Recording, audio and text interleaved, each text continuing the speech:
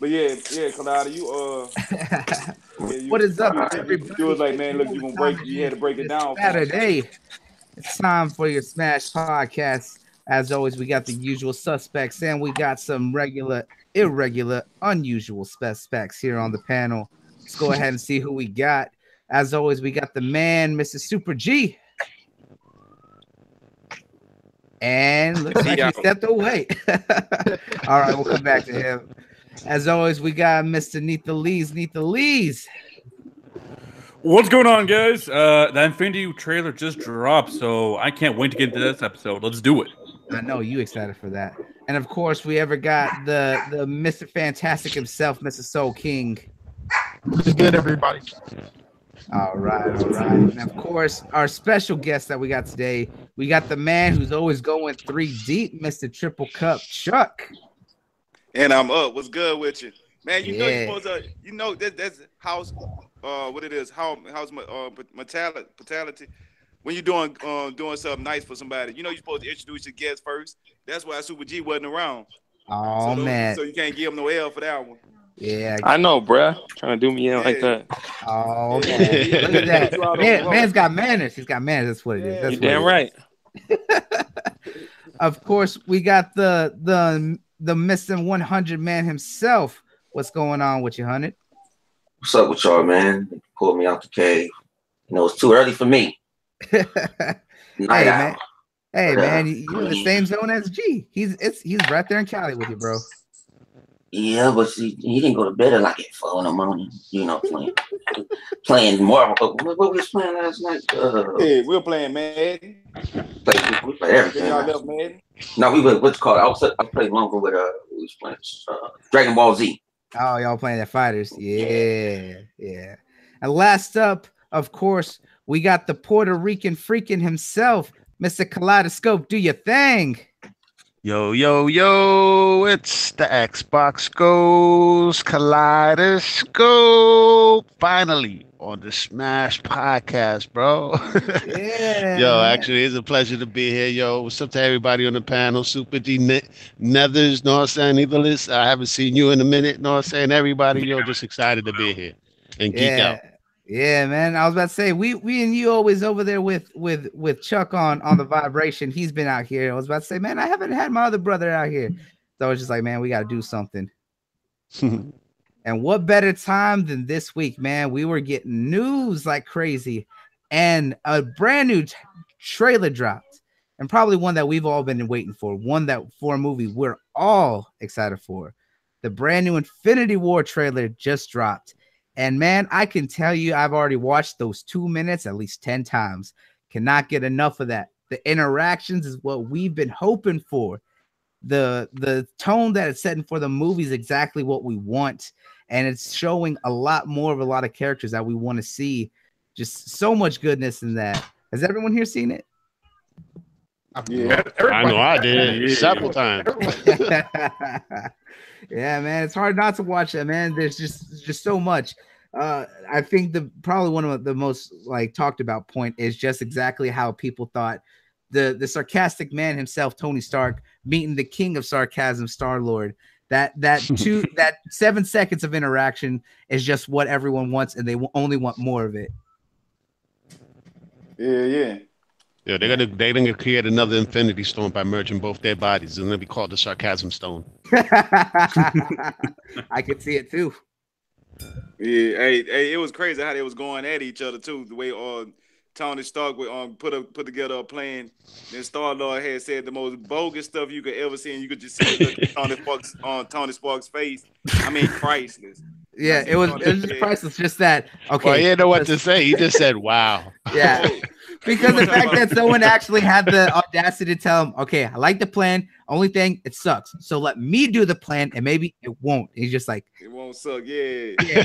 Wow. Hey, I think Spider-Man got him though. Spider-Man got him. He said, yeah, my name is Peter Parker," and he said, Dr. Strange. We're using our made-up names. Yeah. We're using our made-up Spider-Man. I'm Spider-Man. And that one was great too. It's just because of the fact that you weren't expecting it because especially for Peter being so naive and knowing everyone under their hero name, you know, their alias, that he didn't realize that one Doctor Strange is actually Doctor Strange because he has a MD and his name is actually Strange. Yeah. So like, oh, okay. Well, I guess that's how it's gonna be then. Yeah. So just that awkward moment of when he realized that he thought that it was just a code name was just brilliant writing.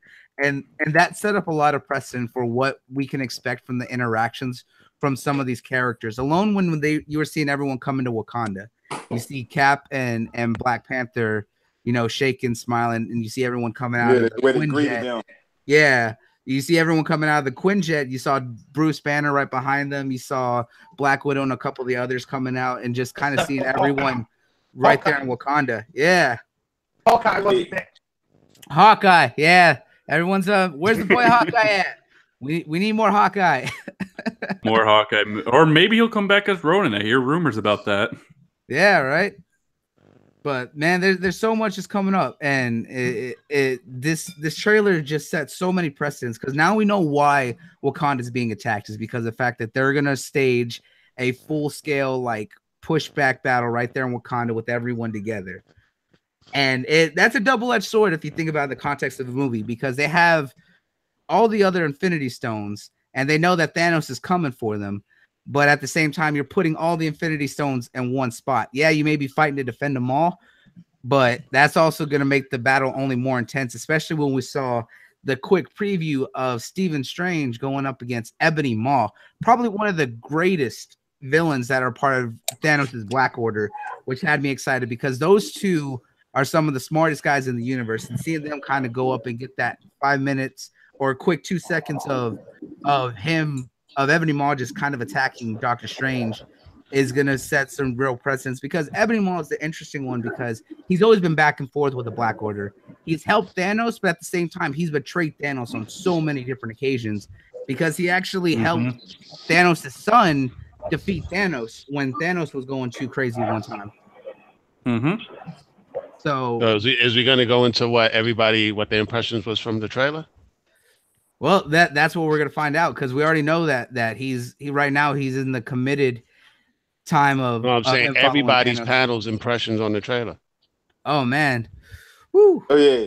So hey, what do you think? I definitely got some shit to say. It's a free file, Kalaida. It's a free file. Do your thing. Hey, who's going first? Who's going first? Yeah, Kalaida, you go on because I know you excited over there. What you got? All right, just a simple fact that they started the trailer with Gamora. And talking about how this dude, once he gets the gauntlet, he could just snap his fingers and half the universe will blink out of existence.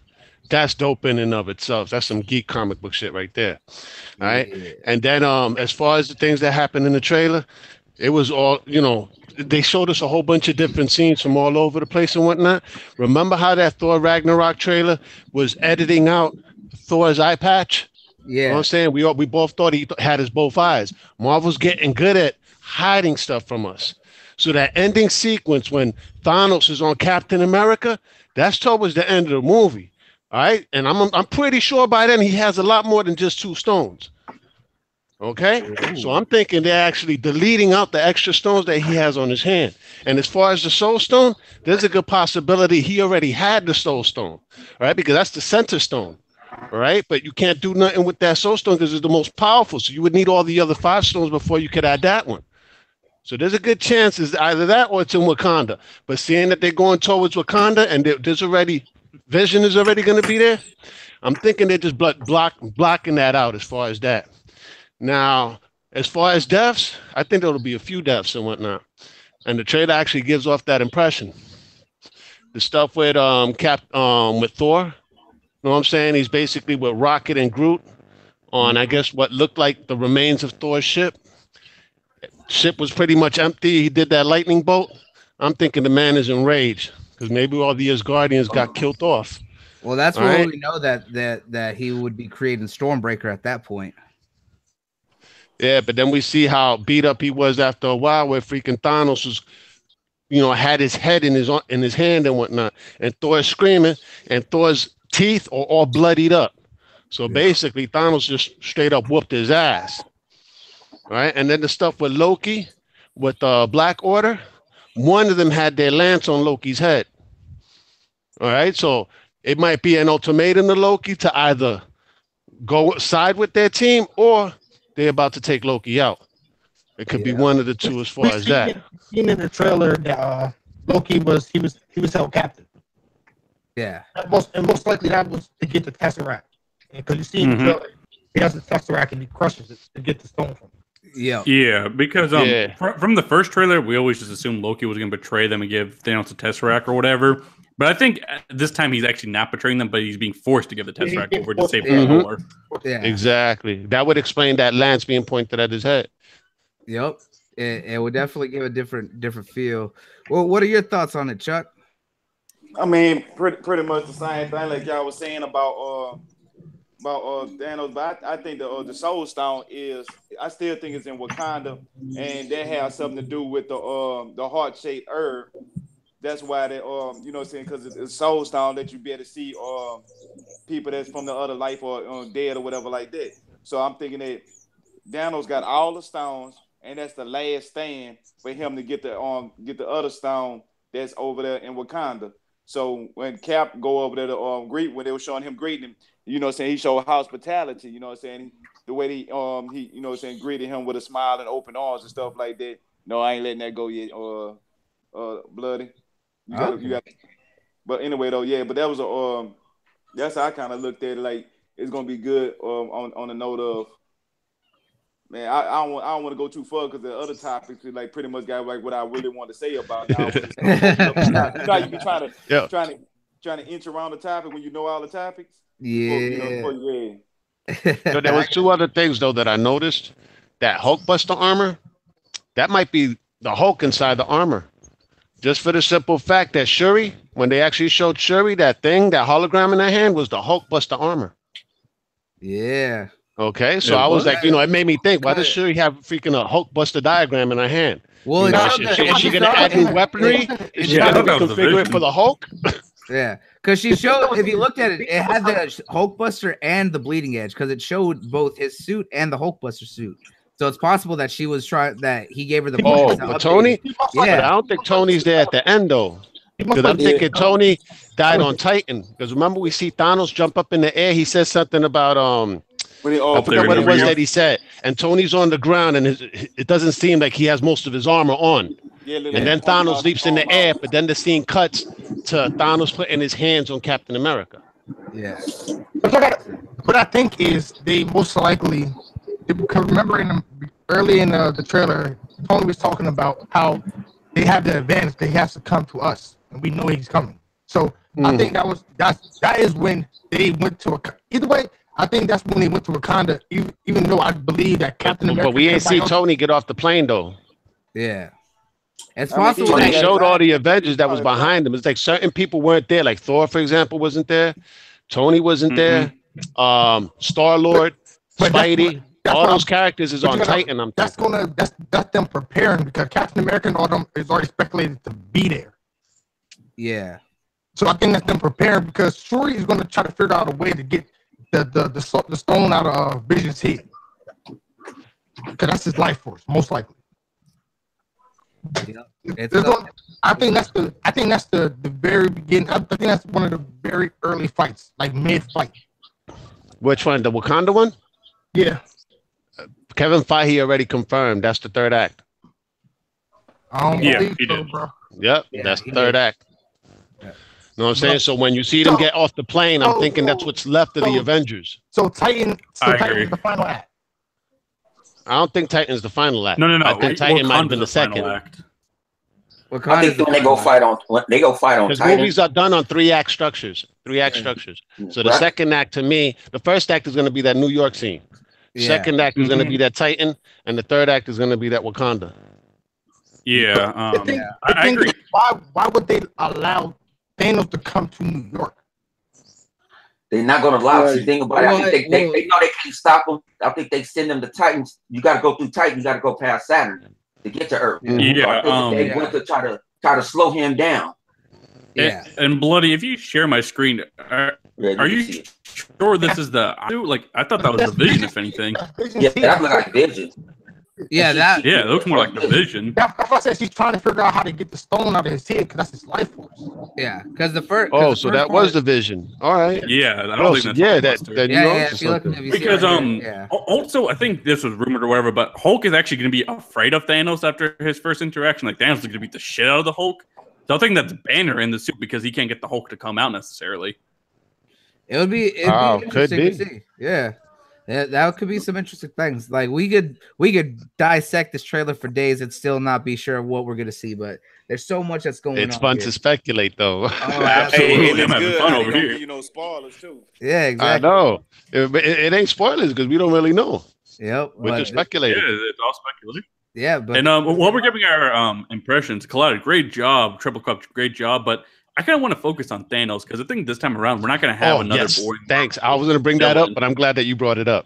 Yeah, because we've got our first compelling villain with Killmonger, and I know where you're going with this, is that Thanos we're actually going to have as a true villain that's intimidating for all the right reasons, and they stated in the first act is going to be telling his story on what happened on Titan and what happened there that's causing him to go and balance the universe by erasing half of humanity.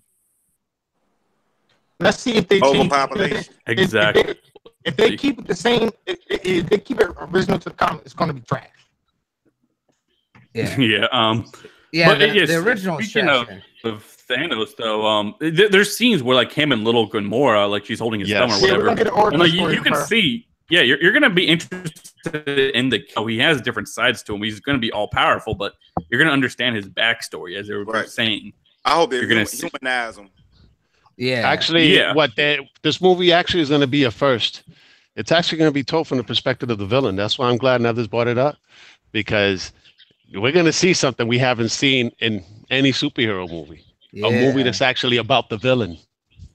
Yeah, and here's the thing too that you got to remember is that the Infinity War movie isn't the end, because the fourth Avengers movie is going to be the second half, because they did state that it is going to be the second half. Well, this one will have an ending though. Just the second one, they can't reveal the title, because it'll spoil this movie. Yeah, because this one it's being split up between the fourth Avengers movie, because the fourth Avengers movie is going to be basically the second half of Infinity War, but what they do with it, they haven't stated.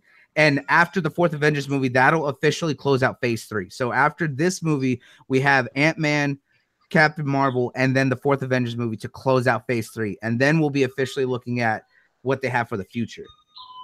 Right there, I got to interject real quick. Infinity War is going to be done in this movie. They stated it. Yeah. Right? So the fourth movie could be something out of left field, either Secret Wars, Annihilation, who knows?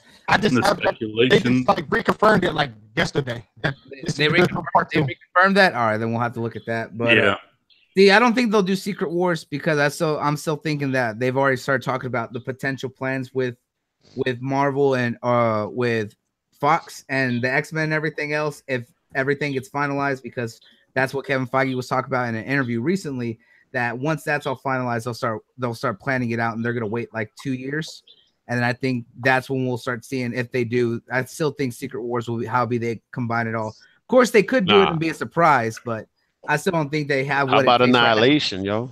Annihilation, I could see, but I think Soul. You were saying that there's rumors that it might be Secret Invasion. It's gonna be Secret. Or even Secret Invasion. He's right. He might be onto something, because in Captain Marvel they're introducing the Skrulls. Yep. So Secret Invasion could work better. And I know that we were talking about the fact that we want Beta Ray Bill to take over for Thor. So with Captain Marvel introducing the Skrulls, that would be the perfect time to introduce the Beta Ray Bill. In the past? Yeah. Because remember, the movie's in the 90s. Well, remember, because the fact that we already know that they teased them and both right there in Sakaar as one of the monuments, but there was also the fact that a lot of people were saying that the collector has. I'm not saying you're wrong as far as that. I'm just saying that we already seen the first Thor movies, which happened after Captain Marvel. There was no mention of Beta Ray Bill. Yeah, but that's the only reason I'm saying that. Captain Marvel, aren't they saying there's rumors that she actually might appear after all in this movie? I heard. I think the next. I thought it was the next movie. Yeah, I think she might end up appearing. There were rumors circulating though that she can make an appearance. Yeah, she's gonna be taking over the Avengers. I could see her taking over the Avengers, but they'd have to have her come up at the end of the movie to basically. Who are you saying that's gonna take over the Avengers? Well, Captain Marvel. I think they're gonna. Yeah, I think Captain Marvel's necessarily not gonna take over Avengers the name, but maybe she'll start up like the same group. I'd call them the Ultimates, like in the comics. Or she might just become the new that Avengers. Would be dope. They gotta see if she's like highly praised in the community first. Yeah. Yeah, I think it's gonna take over. Yeah, her introduction is gonna be though. I think his introduction is still gonna be a Captain Marvel movie. I don't think they're gonna show her beforehand. Yeah, I don't know. They might tease her, but they might tease her. They might have her just show up at the end of the movie as a cameo. Exactly. Like also Spider-Man shit. Yeah. Or maybe she's like down there on Earth and you like see her, but you have to like really look for it. But not as like superhero or whatever, just like as a normal citizen. But anyways, what do you guys think about Peter Dinklage? Because Peter Dinklage, you know, the guy from Game of Thrones, is going to be in this movie, and the speculation he might be Thor, who's like a dwarf, I believe, like a pretty famous dwarf, I think, right? Yeah, it's Space Dwarf, but yes, I think it's interesting because we got to see him play the creator of the Sentinels in the X-Men movie, which is great and all, but to actually see him actually make his full on-screen debut in the MCU, the official MCU, I think if anything, seeing him as Thor would be a very interesting choice. it would, but I think it's a wasted opportunity because I've always thought of him as MODOK. Yeah, dude. Yeah, I'm not gonna lie, I did too. Yeah, right. Tell me that does not look like him. I know, right? Big head. He got the big head and everything, bro. That's MODOK. You know what I'm saying? He was born to play that role. Oh, that's wrong. No, I'm serious. I mean, it makes sense. That was my first thought. It's the big old head in a little chair. That's what I'm saying, man. That would have been so dope. But no, I do think. But I'm sure it's what Neth said. It's going to Thor. be Thor, though. It's going to be Thor. Oh yeah, it would be cool to see him as Thor. I think besides obviously MODOK, everyone here on agrees with that. Is that I think Thor would be another good part for him to be in the official MCU. Yeah, and maybe he's someone who's related, or maybe he's the very first person who made Mjolnir or whatever. But either way, having connected to Mjolnir could be. Or maybe if it's a dude's son. I don't know. Or maybe if he is, he can be helping. He can Thor help to Thor do Stormbreaker. To make Stormbreaker. Yes. And speaking of fighting things, Kalaidascope, you referred to this earlier, but there's a scene where like Groot and Rocket look at Thor and he like wields lightning. I think they're hiding Stormbreaker right there. Like they just edited it right out. Yeah, but I think that's gonna be him holding it up. Oh, I know, because he's like channeling it with his hand in the trailer. But I think he has a hammer in his hand. Yeah, that is so true. That is so true. It's either he's channeling that or he's actually summoning the lightning to put inside of Stormbreaker. Because remember, Mjolnir was to help him channel the lightning when it was created, and we know that the hilt of Stormbreaker is going to be using part of Groot. That he's going to create the handle, and then they're going to create the head for Stormbreaker. So that could be that scene when they're creating Stormbreaker for him. Wow, I didn't think about that. That's speaking of which, why are the Guardians separated in this movie? Like, what happened? Well, remember that they find Thor in the aftermath of whatever happened to the ship.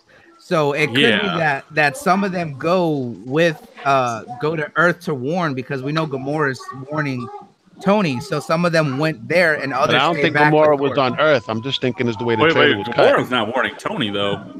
I think that's right when they seen him. I think that's after they seen him. Then she told me. Yeah. The Gamora's talking to Star-Lord. If anything, Tony's with Doctor Strange in those scenes, I think.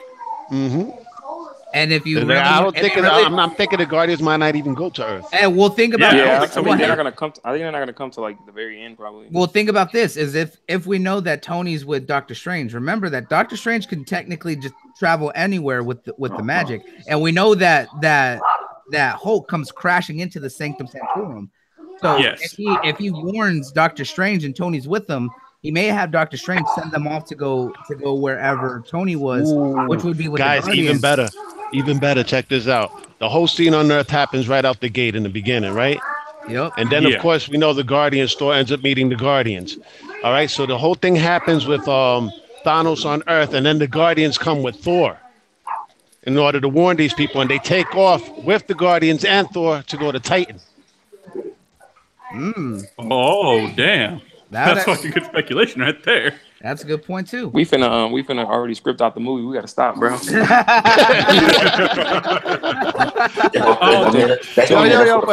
only people that are like into comic books the way we is, comic book movies, basically geeks and whatnot. We're the ones that know how to dissect these trailers. You know what I'm saying? Like the general casual audience, they won't be able to connect the dots the way we doing right now. And with that said, I'm glad the Russo brothers are heading this up because they're just like us. I swear to God, they know their source material. That's why they do such a good fucking job with it. That's the thing about Kevin Feige that people fail to realize is that Kevin Feige helped the first X-Men movie to stay true to what it was. That's why he got a big credit name in that movie. He didn't help out. He fought for the haircut for Wolverine. Everybody thought it was stupid. He was like, "Nah, you need to put the hair." Yeah. Yeah, that's why, but X-Men United and Last Stand, he wasn't working on that. That's when he started coming over. Yep, with X2 Kevin Feige's a big ass nerd, dude. He absolutely loves comics and he follows it and wants to do it creatively. He knows the source material and he tries to switch it up in the right way. Absolutely, and I'm telling you, we're going to start doing a spoiler warning before the podcast. Yeah, right. We're talking about this in our little Smash podcast DM, and we're saying like, do you think Thor is gonna die, and that's gonna lead to Beta Ray Bill somehow? Like maybe the Guardians will discover Beta Ray Bill because Rocket and Groot would have a connection. I think so. If they do end up killing off Thor, I think the Guardians discovering Beta Ray Bill would be the perfect way to introduce him as the new Thor. Yeah, but the thing absolutely. about it, instead of Mjolnir, it'd be Stormbreaker. Yeah, I already told y'all this. They're not gonna put no full CG main character in no damn. Man, Soul is a hater. Sounds man.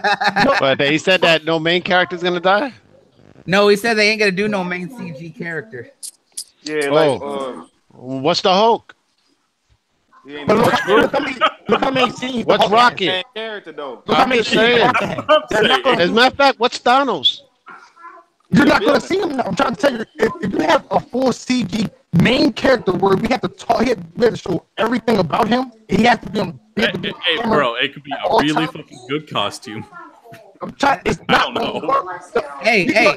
But wait a minute, then what's Rocket and Groot? Aren't they main characters in the Guardians franchise? Right, and they're like in the whole movie. I was gonna say that. They're the less strong characters. They're the least. They're the less strong characters. But what about the old? It's all about balancing the story, bro. I understand if it was just about that one person, but if Beta Ray Bill was to ever see the light of day, right? I'm sure they would balance the movie with a whole bunch of other people besides Beta Ray Bill. Forward, he has to be the main focus. So that could be CG fully. That's like putting Avatar budget. No, I'm saying they could do that because they could make a suit. Look at the old live action Ninja Turtles from the 90s. Those were suits, dude. They made those actual suits. They're not gonna do that. Or what if Valkyrie ends up being Thor? Valkyrie should end up being Thor down the line. I just want to see Beta Ray Bill, and I don't know how else. No, I know. So do I. So do I. Look, since we're not gonna get Lady Thor with Jane Foster, I think we can do that. Valkyrie as Lady Thor would be fine. Yeah, Valkyrie as Lady Thor, I could be behind that. And she has the background anyway. Like she's lived in Asgard, yeah. She's seen plenty of things. Yeah. She has the combat experience, and everybody likes her. She was awesome in Ragnarok. It's only right for her to become. Should have been my wife. And Natalie Portman really doesn't want to come back anyway. So yeah, Natalie Portman's a bitch. Ain't nobody want her back. Yeah. Exactly. Hey man, if she's still complaining that Star Wars ruined her career, and that's all her. Okay, whatever. Anakin, you're out of all, how many movies has she done since Star Wars? That's what I'm saying. All movies been flops. Yeah, they've all been horrible. Hey, so you're botting a little bit, so. It's all right. Yeah. That's just his rage. It's a rage coming out. Nah, he does have a point though, man. Because if it is Beta Ray Bill, they would try to center it around him the whole time. But I could see him as a supporting character. I mean, how many Marvel movies have to break $1 billion for them to put the higher budgets on? Man, like they got the money, do it. Yeah. Wait, the special effects in this movie looked outstanding. Oh yeah, absolutely. Especially the teleports and the portals and all this. It's something else. You have to watch Infinity War in IMAX. Like, just do yourself that favor. Oh, I know. Yes. Nothing less, bro. If you have the means, do it.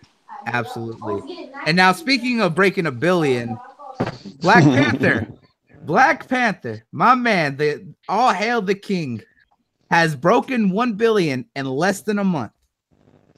He is now in prestigious company of being only one of 33 movies to ever break $1 billion, and one of the fastest to do it in less than a month. And if you really want to break it down, he did it in his 4th box office weekend and about 24 days. So let that show you just the impact that Black Panther did to be hailed as the kind of movie that it's doing with the numbers it's doing. And we already know that it just released in China and it's already getting hated out there, but that was kind of expected on China. No, but it's actually getting hate from like the media, but the actual people that are going to watch it, it actually did very decent numbers, yo, when you compare superhero movies in China. Yep. The numbers are good. The people don't really care what the reviewers are saying. They can say it's black, this, black, that, black, whatever. They still going out to see it. But yeah, it's a mixed review thing. Regular people going to go see it, and then you got your trolls out anywhere you go. So it's a lot of people who are trolling, but it's actually doing good in China. And fucking pathetic people trolling. But I will want to say, like, in all 4 of those weekends, as Bloodie pointed out, it beat out all its competition, even on the first weekend. Like, it beat out A Wrinkle in Time. It beat out Tomb Raider. And it's going to probably be A Wrinkle in Time and Tomb Raider again come this weekend, which is, pretty funny. And, great for Black Panther. I'm glad they did it. I'm glad the movie's successful, and Wakanda forever. Absolutely. It's great to see it still going so strong. And it's definitely had a big competition with A Wrinkle in Time because they're about to break another record, though. Yep. They're about to take the Avengers record for domestic gross. All right, so they're just like about a week or so away from topping the Avengers. All right, which is ridiculous. Yo, and that's a movie with a single hero. I know, that's what I'm saying. It's a movie with a single hero. Yeah. Do you guys think Kevin Feige swims in money? Yeah, he's like Scrooge McDuck. You know what I'm saying? He has that vault and he swims around in it. No, because he's keeping it mellow. He's not swimming in gold coins. He's swimming in silver coins. He's keeping it toned down just a bit.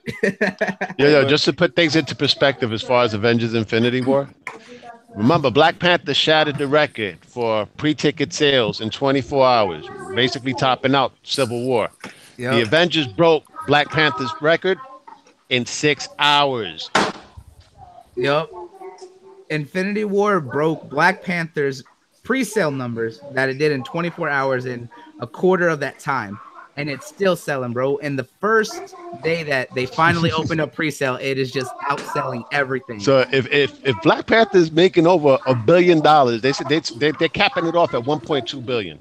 All right, more or less. They said it's going to hit those numbers. Infinity War is just going to be massive. See, we were talking about this right here in the pre-show, right? That with how quickly Black Panther did $1 billion in about 4 weeks, right? And that we're saying with the numbers that Infinity War's already posting up, that it's gonna do that in probably half the time, and a lot more probably for its full length. And dude, I'm gonna say it now. Within that first week, those first 7 days before it gets to that first Friday, it's gonna hit that billion mark, yo. You think I say 750? I say 5,000. I say 750K. You think so? By that second weekend, it's gonna hit that billion mark, yo. I'll give it 2 weeks. I'm gonna say a week. I'm gonna say a week. It's gonna be a month. You gotta think about. Man, I'm on a week. No, it's not gonna be way sooner than that. I'm gonna say a week and a half. I'm gonna say a week and a half. Yeah, I'm gonna say I'm gonna give it the leeway. That's why I'm saying a good 2 full weeks, and it'll top $1 billion. Because you gotta remember, so you're like 100. 100 says 2 weeks. It drops on the sheet first. No, man. Hey, no. So remember that they moved up the date to the 27th. So it's gonna be dropping worldwide all on the same weekend. Oh really? Oh yeah. Yeah, because you remember Europe used to get it first, right? Hey, y'all gave me No. They were they pushed it up a week. Yeah, so everybody can watch it at the same time. Yeah, so it's gonna be worldwide all on the 27th. So we're gonna find out the numbers it does as it happens. Yeah, it's gonna be a week and a half. It's gonna be a week and a half. Oh yeah, it's. I mean, still saying 3. Either way. How about them box office numbers, guys? How about them box office numbers? Yeah. Oh no, ridiculous, man! Black Panther, there's no stopping it right now. Oh really? How about them box office numbers? Oh, Neth, you bad for that one. Right, what happened? Hey, you gotta be real though, man. DC fanboys are just giving up at this point. Well, here's the thing, man. That actually leads us into the next point: is that DC DC's in a tough spot, and that's only because of the amount of interference we've seen from Warner Brothers from their top level. They get involved too much in the projects. They're not giving their directors enough freedom to take control of them. Yeah, they're not giving them leeway to do the movie that they need to do. And now we're seeing that they've already come out in an interview stating that they can't compete with what Marvel and Disney have done with this. And now we're hearing that there's reports that Warner Brothers is in talks to sell the DC movie universe. Yeah, that is a rumor. And right now the biggest rumor though is that Comcast is actually in talks to buy the DC. But if someone were to buy DC from Warner Brothers, who would y'all want to see? Kaleido, what are your thoughts on that? Sony. Well, first of all, I gotta say this though. I gotta say this right out the gate. Fox. No. Aquaman is like, everybody knows Aquaman, right? It's a shame that Aquaman won't even see half the numbers that Black Panther just saw. I'm hoping that changes. But you know what I'm saying? I don't think it's gonna change, though, because Black Panther was just so well received, man. Yeah, but Aquaman, appraised. they love Aquaman in in the last movie. In Justice League, he was better. He was like one of my favorite characters, yo. He might be back to back. He might be their Black Panther. I doubt it. Maybe. They got his. Look at Wonder Woman, a Black Panther. Hey, Wonder Woman, Black Panther. His what you call it? Like his look at his style. His style Wonder is Woman like does it. Is but see, Wonder Woman is Wonder Woman, but she ain't Aquaman. You see here, man, Aquaman's got too many memes, bro. Let's be real. Like his history's horrible. But they can start up. They can do. Look at all those Family Guy clips and shit of Aquaman. They got Aquaman looking raw now. What did he tell? He was cussing at Batman. Fuck you. You know what I'm saying? I'll come when I feel like coming. Damn, all that cussing, you can do shit for that movie. Yeah, but he makes a good point is that there's the memes of the old Aquaman from like the 60s and 70s, but now we're seeing the more modern day King Arthur that is Aquaman. You know, he's a skilled martial artist. He's the king of Atlantis for a reason, and we got to see that a little bit in Justice League, and to see him really shine off in his movie, I'm really excited for that. Like, I really hope that they continue sticking with the newer Aquaman that people should recognize, not the he can only talk to fish and be near water. Yeah, and I hope they don't go out CG with the fighting scenes, because when they do the CG, they kind of bring out the fighting scenes. If they do an Aquaman, they got to find some type of way of grounding the fight scenes, because the Black Panther was an excellent movie. The only thing people was talking about was the CGI fight scenes at the end. I mean, this generation, we do not like the CGI fights, just a little sprinkle of CGI, but you like that realistic looking fighting when they was fighting by the waterfowl. So when Aquaman, when they come out of this movie, I don't know how they're gonna pull it off, but they're gonna have to cut back on that CG because that's killing their movies. Yeah, they're gonna have to get the fish to do it. Oh man, it depends. You like that CG? Man. See, here's what they could do is like as long as it conveys the story. That's all I care about. Yeah, bro. But think about this: they could do the scenes like they kind of did in Justice League, right? When he was fighting Steppenwolf, how they had the water kind of surrounded them, and they were actually there fighting on the right there on dry the floor. Bubble. Yeah, and the little bubble right there on all those steps right there surrounding the mother box. That's one thing that they could do. All right. Well, to answer the question that you asked me earlier, who do I think would buy DC? I think it wouldn't go to Sony because there might be a conflict of interest since they're doing so many movies in the Spider-Verse. So the only other two studios I would suggest would be either Universal or Paramount. See, I don't even think Sony could do it because most of Sony's projects end up falling through. They don't. But Sony's thinking about maybe selling their TV movie shit. Yeah, Sony don't got the money to do that. It's Disney on the other hand, but. Yeah, Sony. So the only studios will be Paramount or Universal then. Yeah, Paramount and Universal I could see. Because Fox is selling. I got a wild card. I got a straight up wild card. All right. About Netflix. Scrap. Yeah, Netflix? Exactly. Don't you be down with Netflix. Yo, that's not far-fetched, yo, 100. Yo, you might be onto something. Right, Amazon. Amazon can do it. Yup. Amazon as well. got the money and the capital. Yeah, Amazon's been in the buying frenzy anyways. Yeah, actually, either one of those two, Netflix or Amazon, they could do some shit. Actually, Amazon would love to buy DC Comics because they have comics. Y'all saw the budget for Game of Thrones, that show that they're doing on Amazon? $500 million, bro. Yep. So Amazon about $1 trillion before Microsoft. That's what's projected. Yeah. So they have they got the money and the capital. Yeah. But I think but they ain't got the talent. Actually, that's a big. Those are the best two suggestions ever, because Paramount ain't got that much cheddar, and Universal's been struggling for years. I would prefer Amazon to do it. That'd be their way to actually get their foot in the door. Yeah, exactly. Because Netflix, and Amazon, they could do it. They could do it right, and they have a lot of pros with it. Like they run Comixology, they could use all those DC comics right there, and they could really get those movies going, and with the high budgets. Yep, that definitely could work. But you they still got to have talent. See, talent ain't. You could buy talent, but talent ain't just just growing on trees.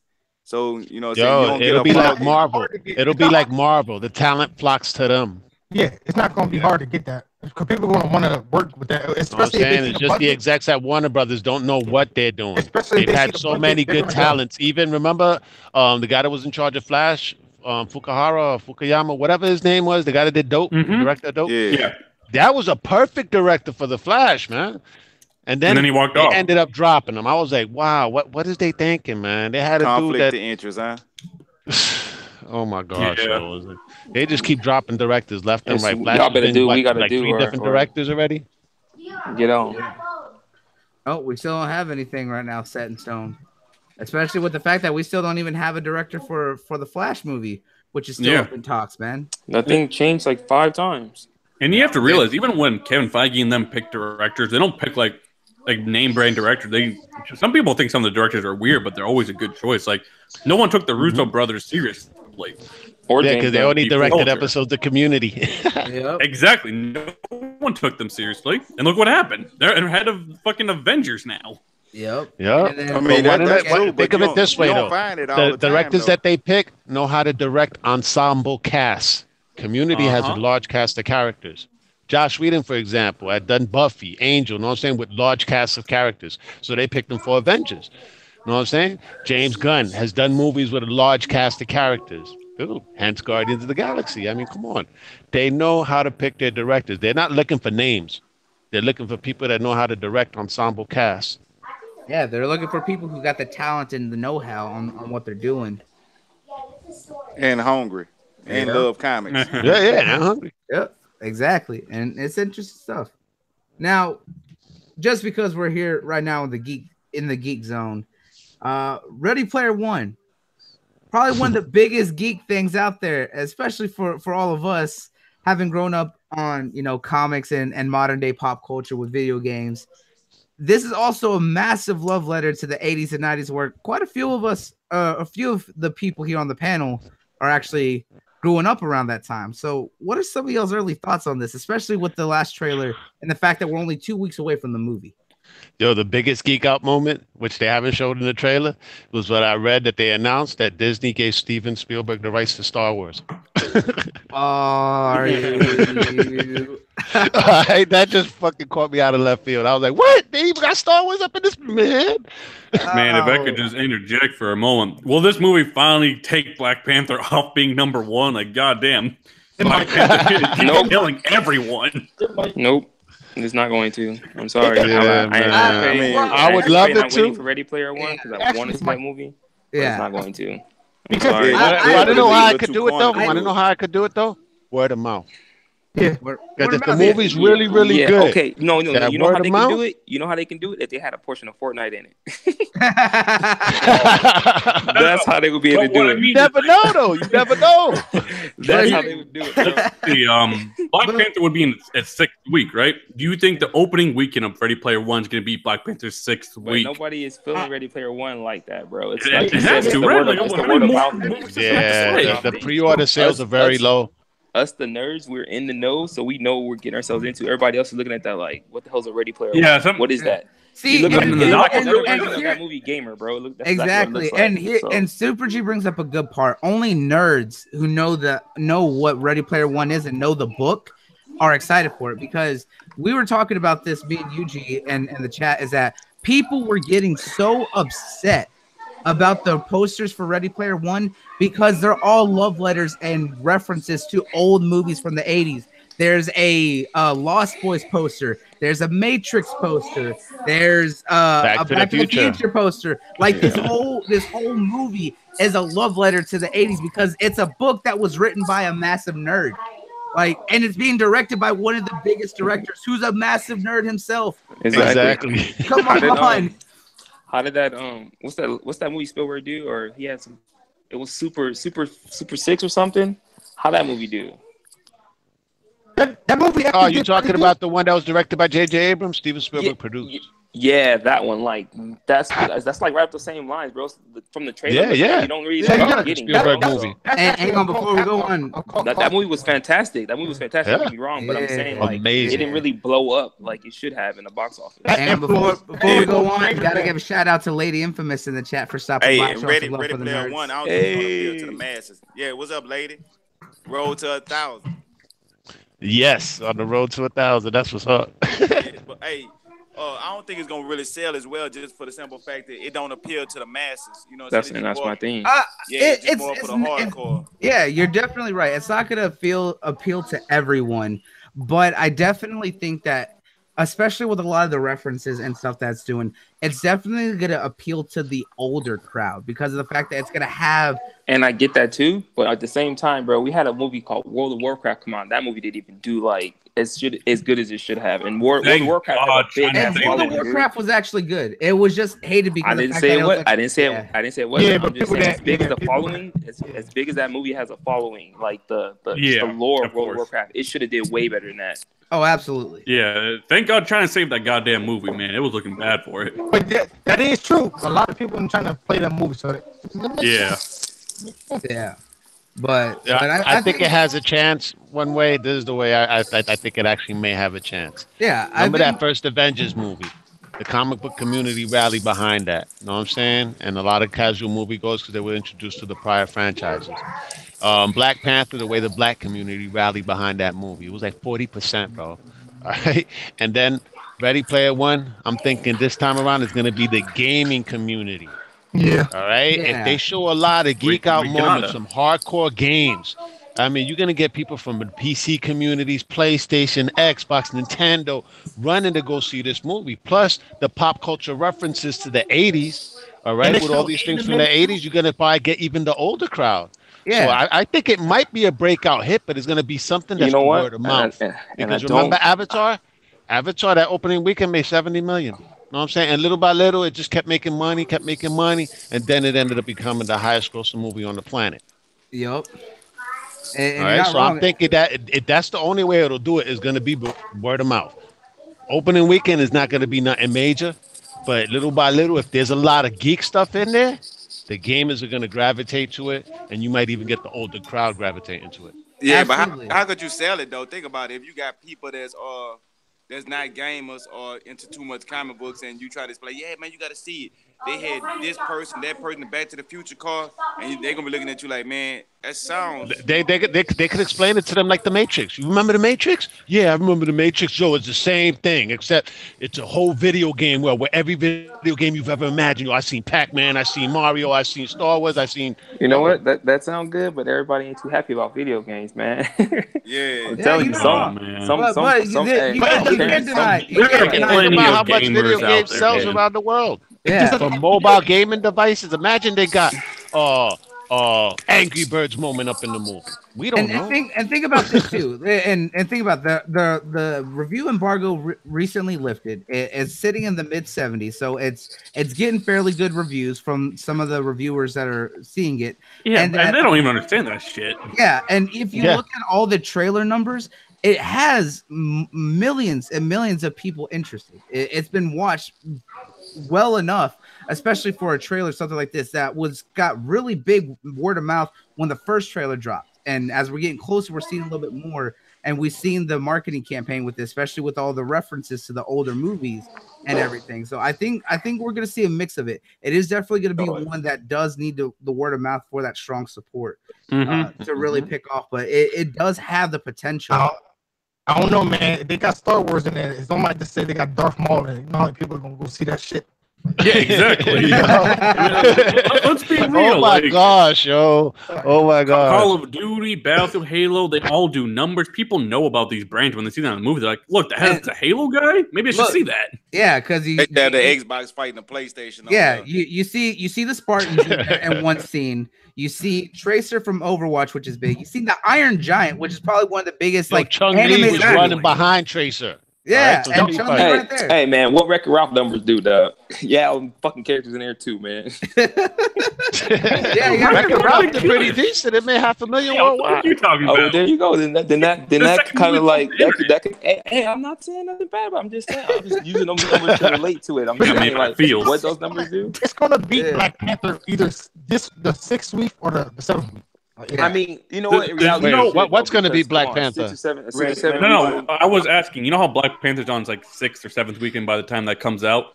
Will it on that weekend still beat Ready Player One on its opening weekend? No,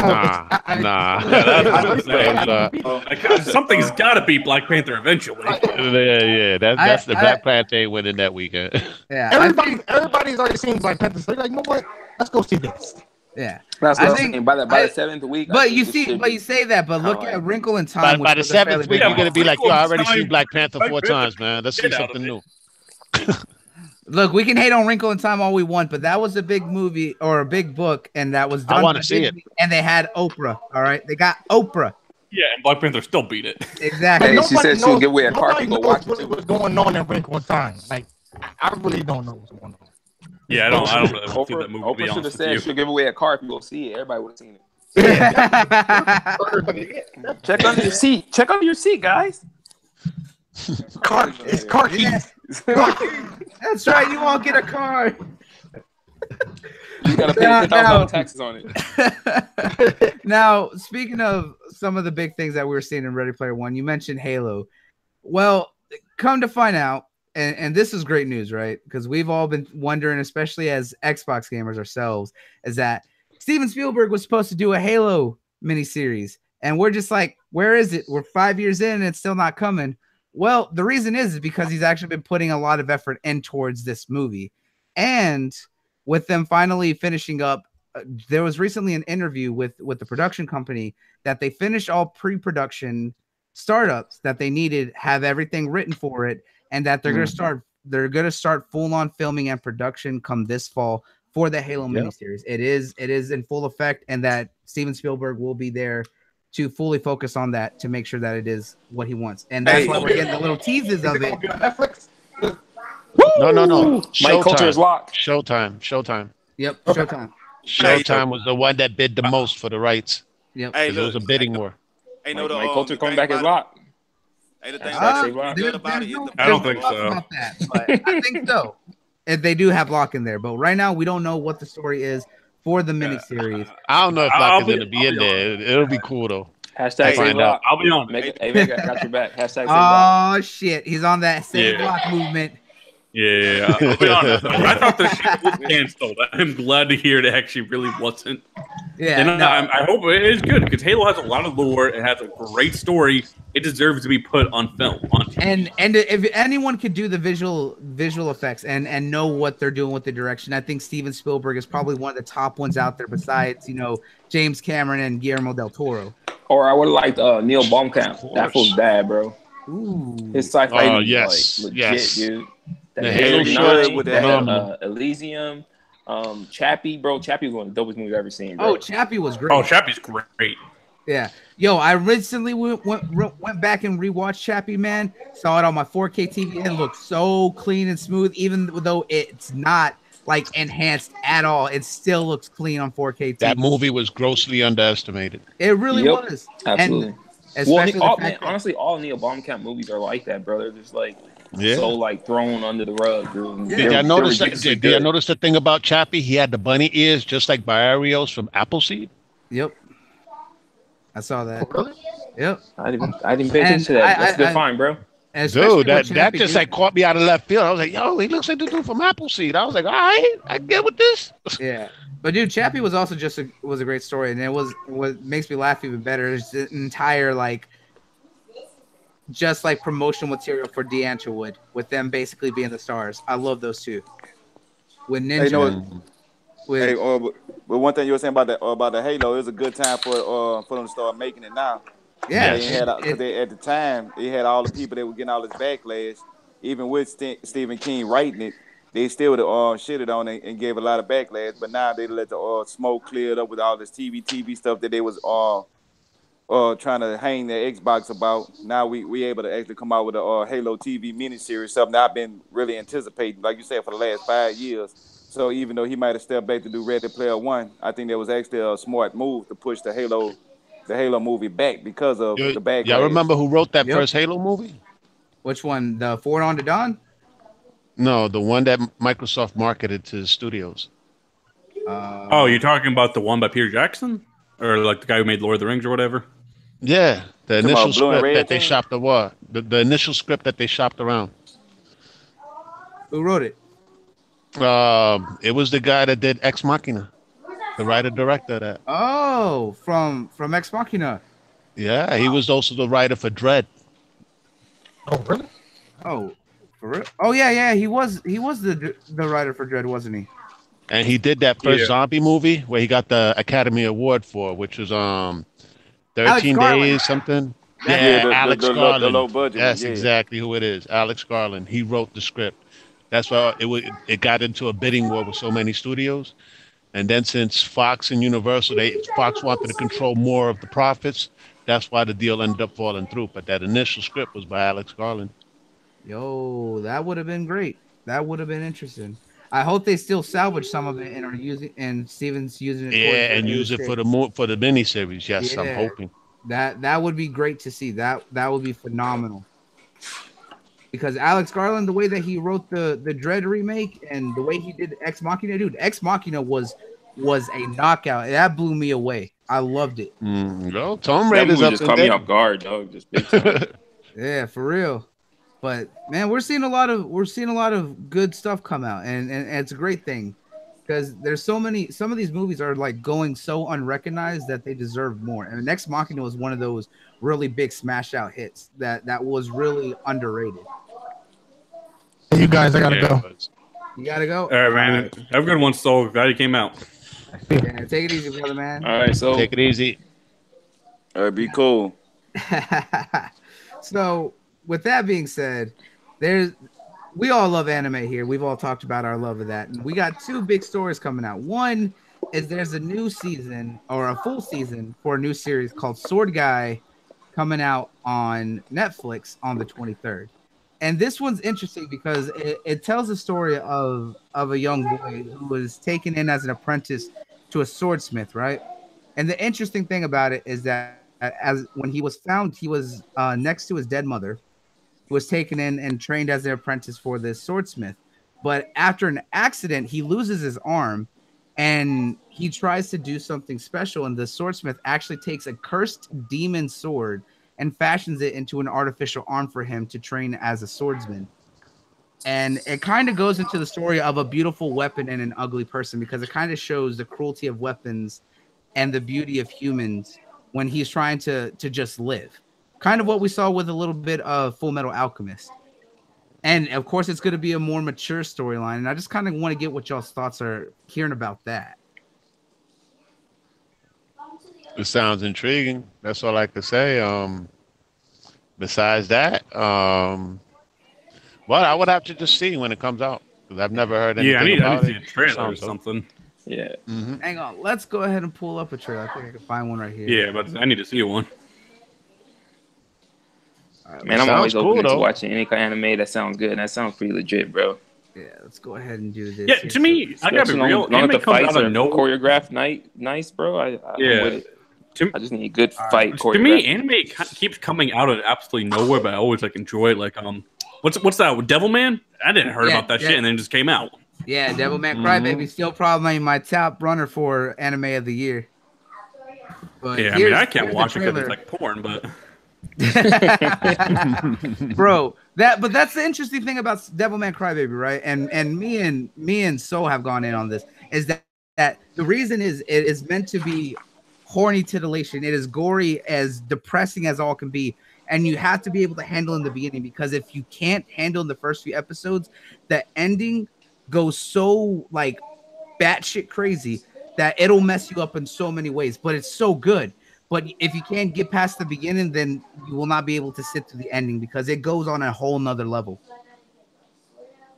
But if you haven't seen it, you absolutely have to. But you have to be aware of that ahead of time. But it is absolutely worth it finishing. I'm telling you, if you sit through it, you'll be amazed by it. And I know how you feel, Neth, but my roommate is kind of the same way when it comes to like ecchi and stuff. But we watched the first 2 episodes, me and my roommates, and he got hooked and immediately watched the whole season that night. Yeah, I'm just gonna have to watch that one on my phone instead of the living room TV. But yeah, that one's gonna be like at the under the covers with some headphones on, not able to let anyone see what you're doing. That sounds kind of, I don't know, bro. Shady. Yeah, that wouldn't go over too well. Yeah, but here, under the covers, my girlfriend saw me watching this. She's like, "What the fuck is this?" Like, same here, bro. Same here, dude. Same here. She was like, "Were you watching porn?" Nigga, like, "What are you doing?" I was like, "Oh, no, never mind. Just me." And didn't you say that your girlfriend was like, "What the fuck you watching?" Just sat down, started watching it with you? Oh god, no. This has a CGI type animation. Oh god. All right, hang on. I got it right here. Oh god.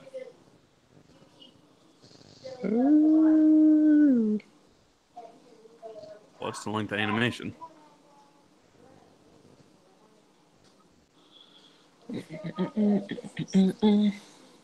Shit looks like a PS2 game. Right back.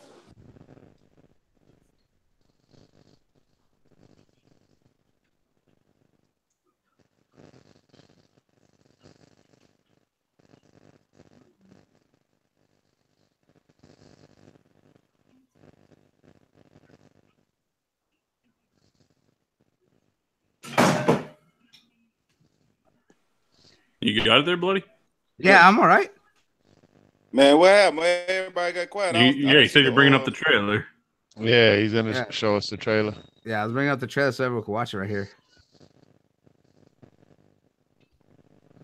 Wait, it says your powers are useless here. What was that? Oh, I was watching the 2018 PV. Is that different from the one we're gonna get? Yeah, this one right here, the one that this is showing, this is the one that's gonna be out on I don't see shit on Netflix. Oh, really? I was funny right here. Is my screen not presented anymore? No. It says your powers are useless here. Basically. Oh, well, shit. I'm just gonna have to provide the link to everyone. Well, all right. Well, that's my bad, fraud. Yeah, I'll post it right there in the chat here. All right. Right there, there's a PV in the top right corner, but it's interesting.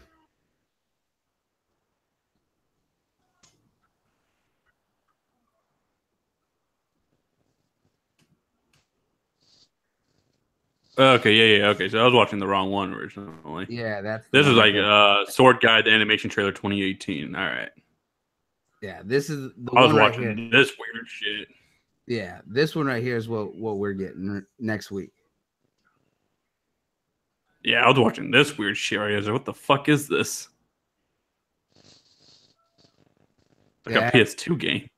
Yeah, I don't know what the fuck that is. You sent the link. Let me check that out real quick. Yeah, but that's what we'll be looking at right here. Either way, it looks interesting. Even like the little trailer I just saw, and yeah, it'll probably be like one of those surprise anime that just come out. And I'm gonna like it a lot. I remember Maggie was the same way. You guys remember Maggie? Yeah, Magi. Yeah, Magi, whatever it is. Yeah, that shit was the same way. I never heard of it, and then it was just on Netflix. And that's what's kind of cool about streaming services. Like things just come out. You don't really anticipate them sometimes. I don't even know about them, but they just start trending out of nowhere. Like I've never heard of Stranger Things, and look what happened with that. Yeah, breakaway hit. It just came out, and then word of mouth. Yeah, that one was like a smash out hit in that first week. It was literally all that was talked about nonstop. with Stranger Things. Yeah, Stranger Things. And then the same shit is happening with the other show, the sci-fi one. Super futuristic. Altered Carbon. Altered Carbon, that one. Yeah. Same shit's happening with that. Altered Carbon's actually really good. I started watching that, and that one has me intrigued on how that one is. But it looks like everybody that I know that's seen the season, they said it's amazing. Yeah. And I know we're not going to be a gaming podcast, but I want to say, like, that's why I'm kind of looking forward to Microsoft's Game Pass, because they could just drop games out of almost nowhere when people are like, oh, that looks dumb, but they're going to get to play it since they have the service anyways. And that's how they can get some good word of mouth and how they can get big hits like Stranger Things. Because it's available to play, and they'll just play it, and it might end up being good. Absolutely. Instead of like having because they could do like a Stranger Things Telltale type game. Exactly. Sky's the limit. Sky's the limit with that. Yeah. And with Game Pass too. Yep. Game Pass too. We gonna find out. All types of stuff. So Microsoft need to implement that. Well, I'm sure that's some of the reasoning behind it. Yeah. Everybody y'all seen Stranger Things 1 and 2, huh? Yeah, I've seen both seasons. Both have been great. Yeah. Yes, sir. But speaking of the ending of the second season. Oh my gosh. Oh my god, that ending, yeah. Yes. Oh, I was like, as a matter of fact, I think I watched all 8 in one day. You talking about season 1 or season 2? Season 2. Yeah, except for that stupid Chicago part. It, but it kind of went over my head. Season 2? Okay. Yeah. That was dope. What's the concept of the monster, where he come from? Yeah. Like, you know what I'm saying? Like, if that was the case, he should have been on season 1. Like, it just, at that point, it make no sense to him. On season 1. Yo, Bloodie, what's going on with Psycho-Pass? All right, so with Psycho-Pass, if anyone hasn't seen it, Psycho-Pass was an anime that came out probably back in 2012. It was a big surprise because it's a thriller, right?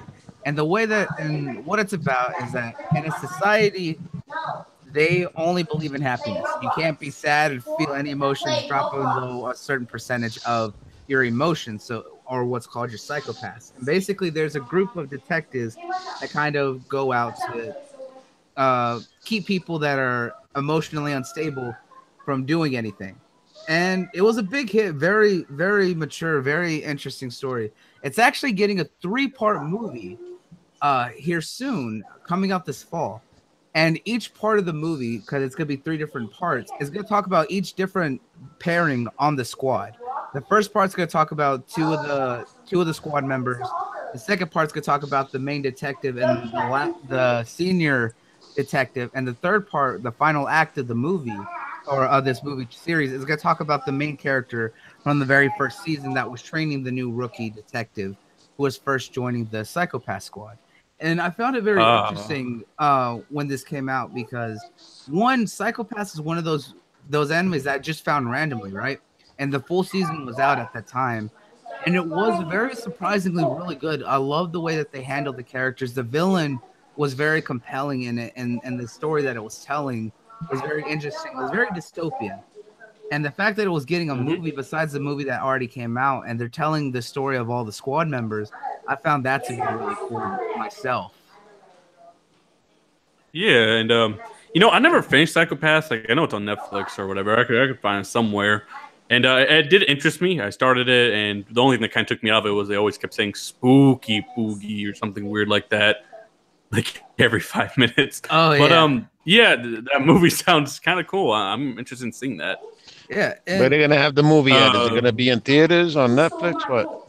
They haven't stated where it's gonna be streaming, but from the report I was reading, is that the movie looks like it's gonna be on most streaming services. You know, Crunchyroll, Hulu. It's gonna be on anime. Because I know Netflix has Psycho-Pass right now. I saw it the other day.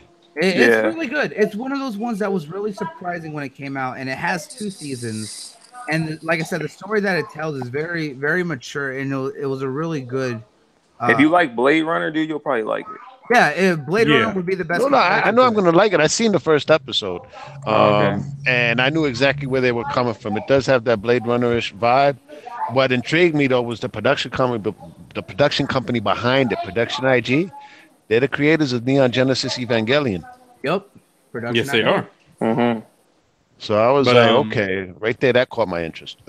Yeah. But going off script a little bit, Super G is right here. Soul King is not away, so we can actually talk about it. But what do you guys think about Dragon Ball Super? Is a new episode this weekend? Yeah, we're the last two. This one and next weekend, bro. Yeah. So this is like the big one between Jiren and Goku. Like fucking both shirts are off. Like, what do you guys think is gonna happen here? The shit looks epic from the just preview. Man, they gonna keep posting up to each other and then not keep talking back and forth and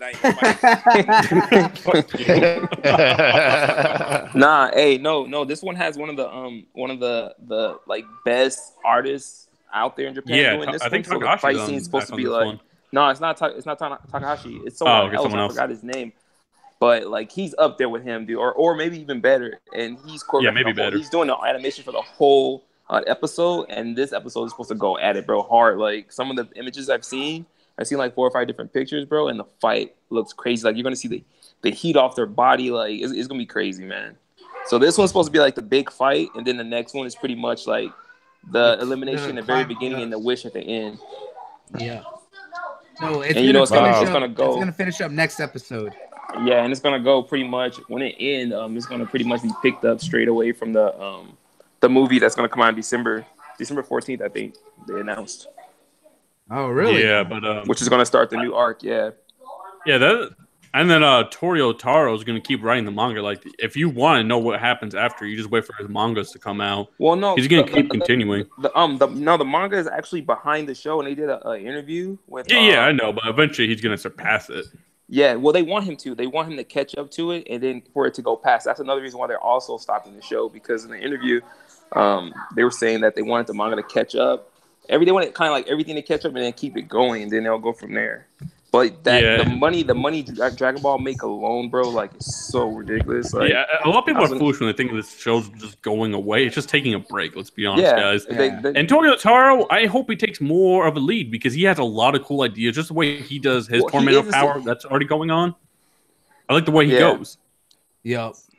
The way he uses like the powers and everything. Like you don't have Goku Kaioken time 10 Super Saiyan Blue. Like he's switches between Super Saiyan Blue, and Super Saiyan Red to get past his enemies. He tried using Hakai and the Goku Black Arc. Like he does a lot of interesting things, and I like his take on it.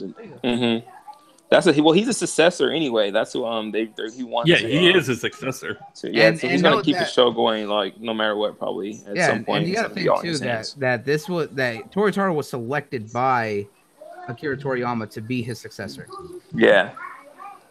But speaking of, you just got me thinking there, and I looked up. So I didn't realize at the bottom of this article about Psycho-Pass is that it's actually getting a new 3rd season as well. In January. It's called Sinners of the System. January 2019. Yeah. I was actually gonna mention that before we jump to Dragon Ball. Yeah. Sorry, man. Not only are we getting this film trilogy that's gonna talk about all the characters, we're gonna get a brand new season as well next year. So that was definitely a good time to check out the series if you haven't yet. Oh yeah, no doubt. I mean, the main character, all the characters are pretty interesting too. So. Oh, absolutely. And it's like that cyberpunkish kind of vibe. So yeah, and it's heavily compared to Blade Runner. So if you really like Blade Runner, it definitely is influenced by Blade Runner. But I think that the Dominator, the gun that they use, is probably the coolest aspect of that show. It's just the way that weapon is. Yeah. And speaking of movies and stuff, I don't think we ever got to talk about it, or at least not too much. It was like really short. What did you guys think about that Netflix Full Metal Alchemist movie? Like, I know there was a lot of problems with it, but did you see any potential, anything you think they did really well? What do you guys think about that? I'm asking the whole panel here. I actually sat down and got to watch it. It is not. Wait, hold on. What movie say it? The Full Metal Alchemist. The live action. Come on, Chuck. No, I just getting him. My phone. It was batting up a little bit. Oh, okay. Oh, okay. Yeah, but he was asking about the Full Metal Alchemist live action that came out on Netflix. I'm ashamed to say that I haven't finished it yet. So, okay. Excuse me. I haven't watched it yet. I've seen the trailers, and they actually piqued my interest, though. It does though. So what I've seen so far, like the alchemy looks pretty cool, bro. Like I'm not too crazy. Yeah, the about alchemy's the wigs, done really well. Like the wigs on some of those characters, bro, just are not going for me, bro. Here's the thing about the wigs. I don't care about that because of the fact that they're trying to stay how the characters look. And But you know what? Let me cut you off real quick, dude. What have made this movie fit more in line, bro, is had they chose the cast more correctly. Why did they choose so many white people? Excuse me, for the Death Note movie, but then choose all these like Japanese people for the Full Metal movie? This should have been reversed. Like, weren't they supposed to be like European? No. Yeah, that's what I'm saying. Like the Full Metal characters are like white guys. There's some like, Japanese people in there. Yeah, but see, I mean, like when you look at like some of the cops and the officials, they're Japanese characters, but for the most part, like Edward Ulrich, like that's a white guy, bro. Winry, that's a white girl. Like I don't get the casting decision for that movie. Well, you got to remember that this movie was an actual Japanese adaptation. It's coming from an actual Japanese production company. It wasn't an American production company like they did with the Death Note movie. But the thing is with that is that they always do. Ain't Netflix overseeing all that though? They should have said like no. Netflix just kind of bought the rights and put it on their service, but they didn't really oversee anything. Yeah. They were getting the streaming rights for it here in the West. That's where it came down to. For sure, because that would have been kind of hot, like seeing that. Yeah, but that kind of goes down to why the complaints about any live action adaptation, especially look at what happened with like we've gone over it with the Ghost of the Shell movie, is that the casting that they got right for those characters were right. From Scarlett Johansson playing the Major and others, the characters in a lot of Japanese are foreign characters, especially looking at Full Metal Alchemist. They're blonde-haired, blue-eyed white people.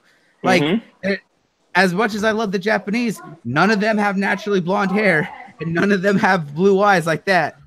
Like there's not even no chinky eye characters in the show, bro. Like let's get it straight to the point, bro. And the thing about it that's probably why too. Like you couldn't even get like Armstrong and all that to like come out in the movie because they can't even find nobody that built, bro. Like over there, like Armstrong is missing in the movie. It's really sad, and that's ridiculous because having him and then having what's her name like Mother's like her man, that buff dude, bro. When they clash like in the show. So sick. So imagine seeing that in the movie or something, dude. Yeah. And then Lust could have probably been Middle Eastern because I think she always had that Middle Eastern vibe in the show to me, and she was just Japanese here. Yeah, they I think they are Middle Eastern because I mean you look at Scarred, his people, those are for sure. Yeah, I think she was a Mekian or whatever. Like she had red eyes. It's Balian or whatever. Yeah. Yeah, Ishvala. And you gotta think too with that is that people fail to realize even in a lot of Japanese animes, they have an obsession with foreigners. They do. Oh yeah, no doubt. We know that. We see it in any anime. They love foreign characters and they have this obsession, especially when you look at they love foreign characters as long as it's not another Asian race. Oh shit! Interesting thing about that. That's not necessarily true because the fact that he brings up a good point on a lot of things. But there was one, and it was a movie that we talked about on our One Punch Man, right? No, not One Punch Man. As I was telling Neth about this movie, right? It's called Sword of the Stranger, and it was a movie that was done between a Japanese animation studio and a Chinese animation studio. It's about a Japanese swordsman and a Chinese swordsman who meet and get caught up in a conflict between other Ronins, and they actually end up fighting. And when you hear them talking and throughout the movie, the Chinese soldier is speaking in Chinese, whereas the Japanese is speaking to him in Japanese, and they don't understand each other, but they understand the actions of battle when they start fighting. It's one of those ones that actually does break that. You've named one. Yeah, but even in Full Metal Alchemist, everybody from Shing was basically Chinese. Like that's who they. That's what they were. Right. Yeah. Shing was just like basically China. But I normally see like other races besides like Asian in like most anime. Oh, you know what I'm saying? They're usually Japanese and every other race, and Chinese is like very, very few and far in between. Yeah, it's definitely one of those cultural things, but there are a few cases where it's not so, but those are very few and far between. I know they was happy with Scarlett Johansson. They was like, man, it's better for her to play it than some other Asian person. That would really piss us off. You know, usually I hate spoiling movies, but we got to talk about this Full Metal Alchemist Bloody. They had a lot of potential. I thought they were going to wrap up part 1 really well, but we kind of saw what happened towards the end, where they rushed to the end of the anime. Sleep on that shit. I want to sleep on that shit. I ain't going to lie. And then my thing is, wow. No, but it wasn't my bad, y'all. I had a customer. That's why I'm muting myself. No, but I watched it because somebody said, I forgot, somebody DM'd me and told me, like, man, you need to watch that new film on Netflix. I said, okay, that one, but it was the wrong one. It was the cartoon one, and I already saw that one. When I said, okay, let me give this a chance, and so I got off Xbox and I sit there and watch it. And I'm like, okay. This shit is slow. This shit I already know about, because if you watch what do you call that, Brotherhood, it's the same damn thing. So I'm sitting here like, what the hell? And then why you can have English that the English like somebody was reading me a book? Because I don't like the subtitles. Sometimes I'll wait till they put some English dub on it. That shit, the dude was sitting there, and he walked around to the circle. I can see that shit. And then they have 2 voice actors. They had 2 voice actors trying to act like them, or they have the voice actors, you can hear them talk. But you sit there and you'll hear this other dude. So then they went on to this. I'm like, this is not a book, this is a movie. This ain't auto book. I can see if I was listening to somebody reading Halo or something like that or something like this, but that was, I went to the back to the subtitle, read it for myself. Yeah, but the thing is, like, I don't like when they English dub anything that's live action. Like, I always think it looks really fucking bad to get that lip sync right. Yeah, and that comes from like any movie, so that's why I understood why they did the subtitle. It was a Japanese film. It was, of course, shot in Japanese. But I will say I could see how you could fall asleep on with the movie. Like the beginning was kind of weird. The middle I thought was good. They did a lot of stuff right with like the dog scene and the daughter and everything. I thought they did the dad, the fucked up dad. They did him really well, and they did other cool things like the flashback of like when Ed lost his arm and leg. I thought that was really cool. And even when he sees his brother on the other side. But ultimately, then you get to the ending where they like rush to the zombie stuff. It looks really bad. Like the CGI becomes fucking dog shit at that point. You see, what was it, Mustang? They try to recreate the scene where like he burns a girl alive. It's kind of bad. Like, I don't know. You ain't giving me no hope and no reason to watch this damn movie. I'll put it this way: they kind of what movie is this? Full Metal Alchemist. Full Metal Alchemist movie. It's the movie. Yeah, putting me off. Yeah, turning me off, right? I told you the movie is overall a train wreck, but I want you guys to see like why it became a train wreck, and they even had potential. Like when my thought was like, you know how Brotherhood's cut into parts, like about 5 parts. They could have done 5 movies, and each movie could have covered 1 part, because the first movie I just watched here, it covers part 1 pretty well. It's just at the end they completely rush it, and that's what ruined the film. I think that's what they did good about the Tokyo Ghoul movie. They didn't try to like overdo it, but they did try to cram it a little bit. But it's to me, it still came out good. You guys should check it out when you guys get a chance. Yeah, but they should have used white actors to take the Japanese. Yeah. I agree. I'm being racist because that's what we know. That's what we know them are. Am I right? Yeah, no, you're right. Absolutely, right. No, yeah, that's what we were saying earlier. I'm just being straight blunt about it. Yeah, but I'm like, you should English. I'll give you those English. There's without a doubt those are white characters, bro. That's a mind-boggling thing about it. Like it's without a doubt. I know the dude is blonde, Joe, from the anime, man. Come on. Yeah. Bro, their names. You got Edward, Trisha, Alric. That's what I'm saying. Come on, dude. Alphonse. Like those are not. I'm sorry, that's not. Yeah, they were clearly like European. Yeah. Some characters you could convert to Japanese. Like, matter of fact, they should have been sounding like Harry Potter. Come on, Roy Mustang, bro. Let's go. Mustang maybe could have been Japanese. Like he kind of. I don't think so. I think the closest one is Maze Hughes that could have been Japanese, bro. Yeah, absolutely. Maze Hughes, maybe his friend. Yeah, Hughes could have been Japanese, definitely. But as for Mustang, no, he definitely is more European in the way he looks. The settings looks like it's more European. Don't look like it's in Japan. Yeah, it is for sure. Somewhere in Scotland. Yeah, because you got to think that. Yeah. The I was about to say, you gotta understand, alchemy has high basis in Celtic culture and European society. That's where a lot of that came from. And you know, Neth makes a great point. The leader is the Fuhrer. Yep. So I just let you know right German. there. It's Germany. Yeah, the whole Ashvalan War, they kept saying like blonde hair, blue eye, like Germans coming in to kill these people. Like literally, that was their imagery. Yep. But it, like I said, with the fact of it, it wasn't. It has potential. They definitely try to rush through it. They didn't treat it the same way that the Tokyo Ghoul did. And Super G, me and you've seen that, and so did Soul. Is that the Tokyo Ghoul live action was a major blowaway because of the fact that it's not what I was expecting. They only did a small part of the story. They kept it grounded on that. They were able to shrink it down and make the changes, but visually it was great. The actors were committed. Absolutely. It was well done. It was truly well done. Like I had my one complaint about it was the freak out scene at the very end of the movie was just a little bit too much. But for everything else, that was completely what I wanted. You know what? I'd rather had the freak out happen a little bit too much than not happen at all, dude. Because a lot of times those parts will get cut from movies because they can't portray it correctly and whatnot. So I thought the movie was good though for what it was. I actually didn't expect it to be as good as it was. That's probably why it was better. But I don't know. I thought it was a good movie. Exactly. That was probably one of the best adaptations, especially for a live action.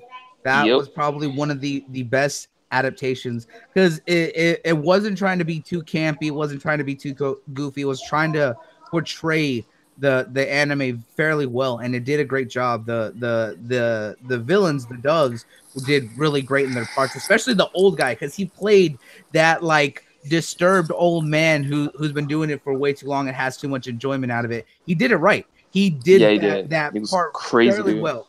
Yeah. And that's what I want to see out of like adaptations. Take a small part of the story, know what you want your basis set around, and go from there. Find the actors who are committed to it, and stick with it, because that movie really shined. It really did set a good precedent on what live action adaptations can do. Yeah, definitely. But I think you know, good. What were you gonna say? Oh no, you go. Oh no, you're good. What are you gonna say? I was gonna say I think we've hit it really good today. I think we've got some good stuff here. So let's go ahead and get on with this these sign-offs. And let's go ahead and start with our guest here. Kaleido, what you got going on, brother man? Right now playing Sword Art Online Fatal Bullet. And of course he keeps the anime train running. Nah, but besides that though, I guess people could reach me at the score that game out of 10 for me. Score that game out of a 10 for me. Out of a 10? Buying it, yeah, but I need somebody to like reinforce that. I'll give it an 8. I will give it a solid 8. Really? Oh, okay. Yeah. That may be worth the pickup then. Yeah, the gameplay is really dope. Yeah, but Attack on Titan 2 out yet? Yeah, so I think it's coming out. Attack on Titan 2 just came out. Yeah. It got some pretty good ratings too. Yeah. But I'd rather play that game called Extinction that looks like it's just ripping straight from Attack on Titan. That game looks really good. I can't front, yo. I want to get that one. That looks like Attack on Titan done right, dude. Wait, what game?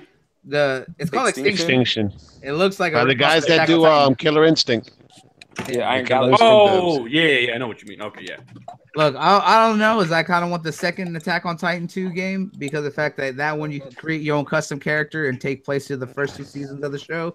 So yeah, you know, Kaleidoscope. You played the first one. What do you think about that? I thought it was amazing. I mean, the gameplay was exactly the way the rigs would work. All right, in the video game format, I felt like Spider-Man flying around with swords. All right, and you got 10 characters to choose from. Out of all the 10 characters, of course, Levi is the only one that could swap out his blades mid-flight. Okay, the RPG mechanics is pretty deep. All right, and it was basically a retelling of the first season, but it was really good, man. I actually blew through the story quick as hell. You definitely need to be a fan in order to follow the story. Because they don't actually explain it right, you know what I'm saying? So if you're new coming in, you're going to get lost. If you're a fan, you'll know exactly what's going down. All right, well, this goes here, this goes there. And once you're done, you got 4-player co-op. All right, so you could actually tackle a lot of the survey missions with your friends, but then it unlocks all the survey missions after you finish the campaign. Actually, I thought it was well worth the $60. Oh, that's good. Super G, I saw you get excited over there a little bit. What you got to say? Nothing. Never mind, brother. I just always think about something. You're good. You're good. All right. It's something I want to speak about. I'll wait till the show's off though. All right. Triple Cup Chuck, what you got going on, my brother? Actually, right now I've been trying to power through this Jessica Jones. I know a lot of people, they love Jessica Jones. Me, I'm not that big of a fan of her, but she, you know what I'm saying, by the whole fact that she part of the Defenders, I feel obligated to at least try to catch for the Easter eggs and stuff like that.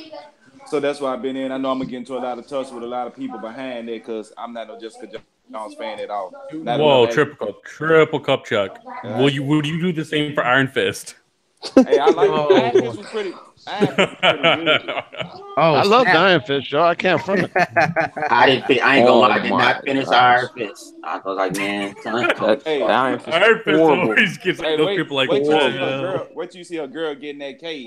That's gonna change the whole concept about the Iron Fist show. I mean, the story is great. I heard they just gonna put him with Luke Cage. Well, he gonna come out in an episode or so. They need to just go ahead and throw him in with Luke Cage and just cancel that whole show. Or just change the actor, that might save the show. Because they said they said that'd been good when they add people, like they add 2 people on one show. Mm-hmm. To help to bring them in and out. Yeah, that way they could go in 2 different directions at the same time, like help on each other problems and then do the heroes for hire. Exactly. But I still like I'm about to say Luke Cage. Iron Fist. It started out with a slow burn, same as Jessica Jones. But the only thing about it was his story was pretty much like comic book accurate. And let's be honest, let's call a spade a spade. There was way more action than Iron Fist. Yeah, about to say. I like Jessica Jones for the villain. The choreography on there was horrible, though. The fight scene. What was it? It actually got really better, though, man. Like that one with the blind dude. That was dope. Iron Fist was horrible. What about the double cross scene? You saw the whole season, right? Yeah. You saw the whole season? I watched all right, then. Tell me that that fight scene with that blind master wasn't dope. And then let me tell you this. I watched some of it twice because I was watching with my girl and I kept going forward without her. All right. So I have to go back and watch some of the episodes, bro. Still garbage. I was so pissed. That's your opinion, bro. That's your opinion, man. I thought it was solid as hell. I was like, man, I already watched like 5 or 6 episodes. Let me just go ahead and finish this. I'm Danny Rad. Dude, oh my gosh, it was so bad, bro. I was like, this freaking guy, dude. What was bad, though? I can't see what was bad. What was bad about it? It's just he wasn't feeling them, yo. Dude, the show felt a little lower budget. I didn't like the character. I didn't like the fight choreography. The fight was so freaking slow. All right, but that's like, the guy from the comic books. That's his character from the comic books, though. So I guess you don't like the comic book character then, huh? I guess the hell I don't then. You're just like, I don't give a shit. No. Hey, look, the fight scenes was bad like that because they rushed through the fight scene. But they said for season 2, they made a promise that they were going to actually do the fight scenes more. Choreographed it right and let them if it was more, you know what? If the fight scenes were more like Daredevils, bro, like that's what they said they're going to do. Yeah, it would have been legit, dude. My biggest problem was those fight scenes. Like they were so freaking slow. Like you could see the punches like coming. Like I was just like, dude, they did rush that show, yo. They looked like they weren't even really trying to fight, bro. Like, want to know what it was? Want to know what it was, Super G? As far as the fight scenes, is that he got shown those moves the day of filming. Meanwhile, for Daredevil, they was training a week before they actually did any fight scene. It was like they were showing him on the side, and he was just trying to replicate it, bro. It was like fighting on the that's side what it was. It was horrible. I bullshit you not.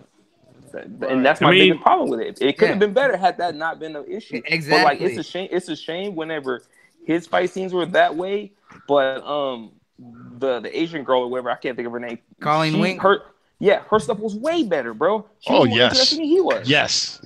I agree with you. I'd rather watch her. I'd rather watch her in that fight cage the whole season than see that guy, dude. At any point. At any point. Yo, and it had nothing to do with her.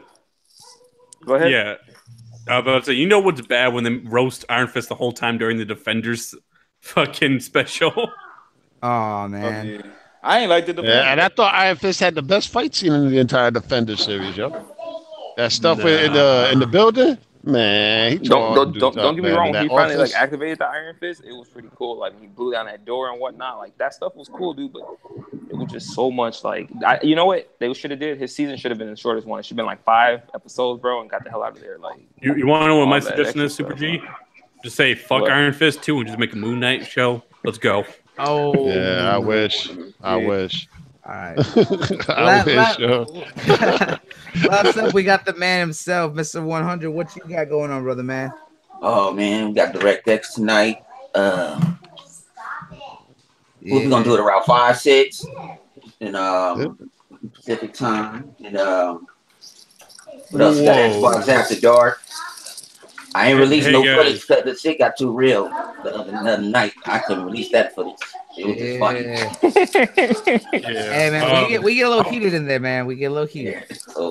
Hold on. I apologize, panel, but we do have late breaking news. Captain Marvel confirmed for Avengers: Infinity War, by the directors. Wow, really? Yeah. Wow. I knew it, bro. I knew it. I knew it. That Cap is a dead man. She's gonna take right in there. They gotta sell her movie, so she gotta be in there. Yeah. So she show off good in that movie, like how Black Panther did on Captain America movie. That's how they gonna sell her movie the same way they did with Spider-Man. Yep. Well, they did it with Spider-Man and Black Panther. If you think about it, the Civil War. But they might make a little cameo.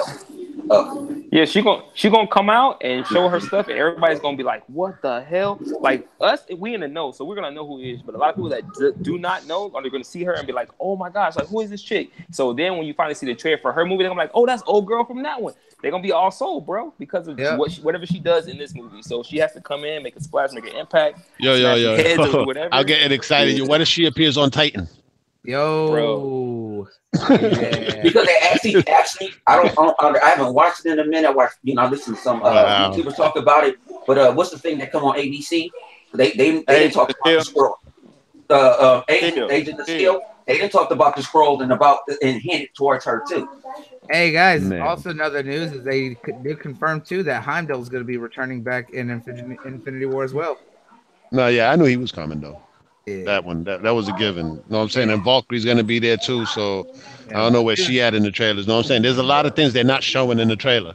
Yeah, dude, Captain Marvel. Whew, my girl's finally going to make it on the screen. I can't wait to see. Man, yo, I hope she's in the costume, bro. She better be in the costume. I think in this movie she'll be in the costume, but in her movie, because the other one is in the past. Exactly. So she wouldn't have gotten the costume yet in her movie. So by the time the end of her movie, she'll have the costume. Well, remember, she should already be in the costume. Remember, they were showing her in the uniform because she was in the Kree outfit because it was the red is the blue. Oh yeah, that's what I'm saying. I'm not saying she's going to be in her costume. Her actual outfit, the full red, blue, and gold, and this one. But do you think that? Here's a real question: you think they're gonna have her with the long hair, or you think they're gonna have her with the shaved head? Long hair. She ain't having no shaved head, bro. Hell no, they bet not. They bet not, because then they're gonna be asking for her to be a gay character. Yo, I'm just saying.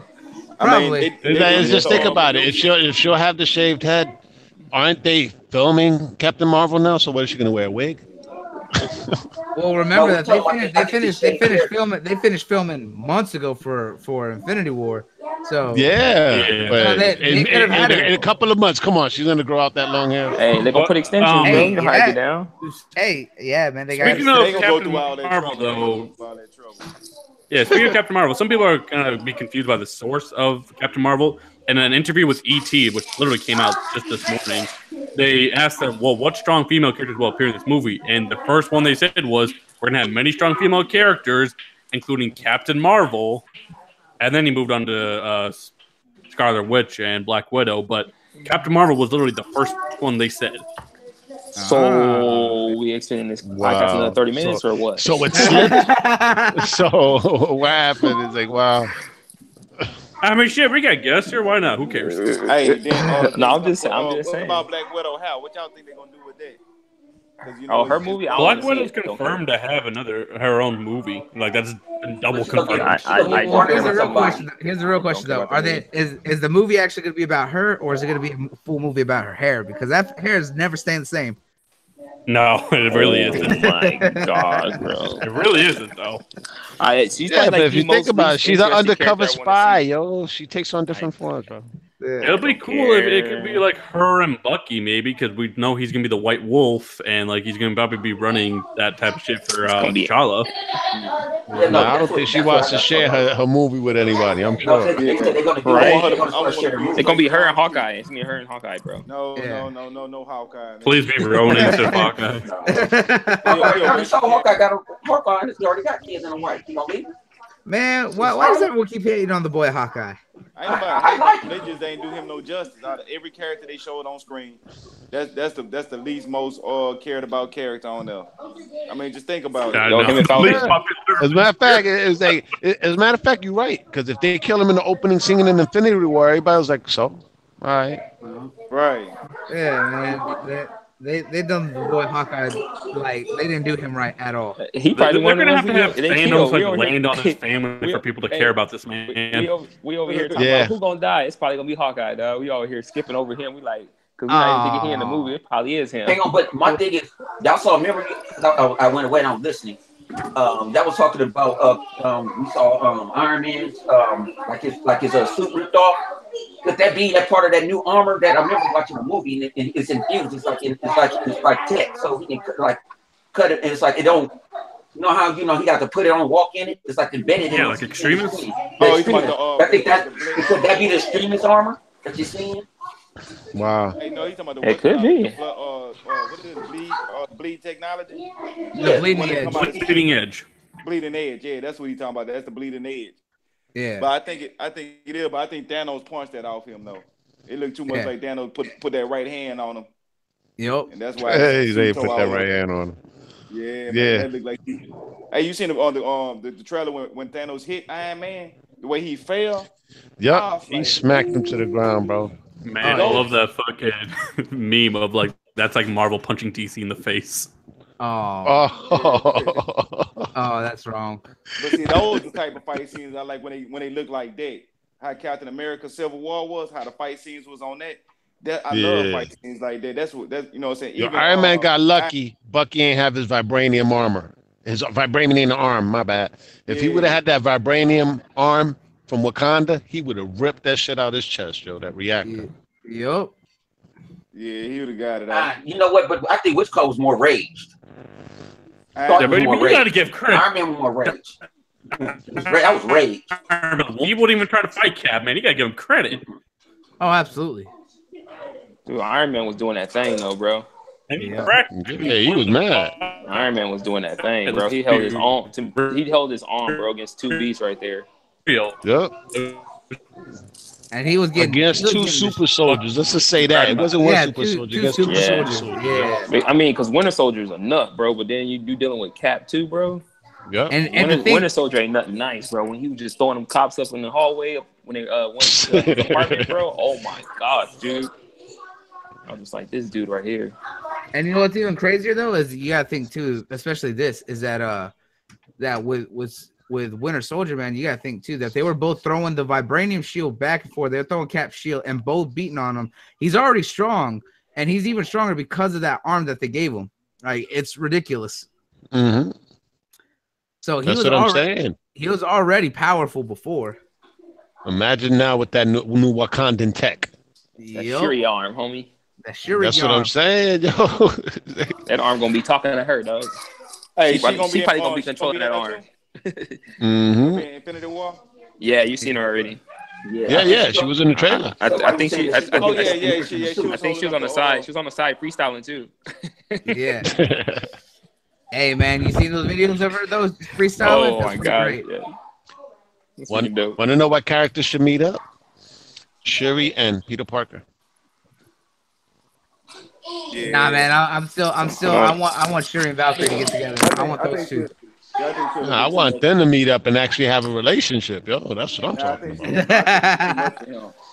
I think she's a little bit too much for him. Because now they both smart as hell. She's gonna be tripping on how he did that webbing. Yeah, but she I think something. She American. She went to school in America. Somebody was trying to explain to me. Well, I mean, she's in Oakland. She's in Oakland right now, right? Yeah, so who's to say Peter Parker won't go in Spider-Man: Homecoming 2 all the way to Oakland on a school trip? He ain't leaving New York. Well, he went to the Washington Monument, did he not? That is true. Was it in New York? He was in DC. Yeah. I'm telling you, a school trip, bro. A school trip. That's the East Coast version. That's the East Coast. He worry about the East Coast. Unless he already meets her in Infinity War and then decides to visit, or she goes to visit him. I don't think Up May gonna let that happen. Aunt May, like, you have to go do your homework. I'm just saying, those are the two teenagers of the Marvel Universe. Think about it. Besides Groot. Yeah, Groot don't count though. That's what I'm saying. But supposedly Spidey and Groot going to be doing a couple of things in this movie together. I'm like, wow, that's kind of trippy. Man, I didn't show that in the trailer. See Rocket and Deadpool. I mean, Peter Parker and Groot. My bad. I said Rocket and Groot. Peter Parker and Groot are actually going to be chilling together in this movie. They ain't show that in the trailers though. Yep. And those are the two teenagers right there. And Shuri be in the third one. I think Shuri grown? Nah, she's 16. 16, yeah. So in this movie, how many years is going back? How many years in this next one?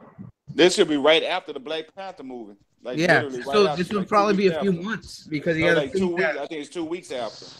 Is it? I thought Black. From what I'm hearing, though, it's actually 2 years after the fact. So that would make Shuri 18. Yeah. Okay. No, that was Black Panther and Captain America was 2 weeks apart, huh? Yeah. Okay. Yeah. Because Civil War was like 2 years ago. So they're saying this is like 2 years after Civil War. Right. Okay, yeah. So that's she'll be 18. Yeah, she's older than Peter. He fucked up. Oh well. No, but then Peter's gonna be 2 years older too. Then by the time then. No, Peter is way younger than her though. Oh yeah, because a certain amount of time would have passed in Peter's movie. Yeah, I don't know. Oh well, we'll see. Yep. I bet you they do Homecoming too. Is like, right? They can't jump ahead 2 years. That timing is off. That got to be all wrong. Yep. Got to be wrong because if they still want him in high school and shit, and he was what grade was he in? He was in the 10th grade or the 9th grade? I thought he was in the 10th grade. He was 10th grade. I want to say his next movie. Yeah, so then if it's 2 years, he's already graduating. I don't think Marvel wants him out of high school that quick. They always could fail him. Nah, he's too smart. He's too smart to fail. I mean, by taught is late or some shit. He missed too many days of school, so he get an automatic fail. Oh, they could do that. Because he is going to be gone. Yeah. They wouldn't do nothing like that in no movie, though. But, that's the only way. Sony take it back. Sony going to find a way to screw it up. Yeah, Sony can't do nothing with it right now, though. They probably... Well, Sony was talking about taking him back. Because ain't it one more movie? No, he's got 2 more. Yeah, they were talking about taking him back after the 3rd Marvel movie. So they got a 3-movie deal. Then after that, they're gonna try to take their Spider-Man back. Then they're gonna mess him up again. Yep. I'm thinking that the Spider-Man will probably stick around with the Marvel movies for a minute. I don't think he's gonna leave that quick. Yeah, I mean, but think about 3 Spider-Man movies.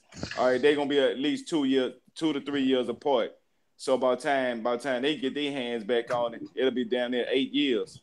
So you know what I'm saying? If they do, you know what I'm saying, about the 8 years, who knows what type of condition Sony gonna be in as a whole corporation. So Spider-Man, they might end up selling them all the way back to Marvel by the time then. Yeah, who knows? They should strike while the iron's hot, bro, and sell them now. I can get the most for it. Because if they get to a point where they're broke and they're hurting for it, and then they try to sell them, they gonna not get what they could possibly get for them. They're gonna get the lowest bidder. You gotta go. Yep. But stocks, you buy stocks low and you go sell them high. They need to go and let it go.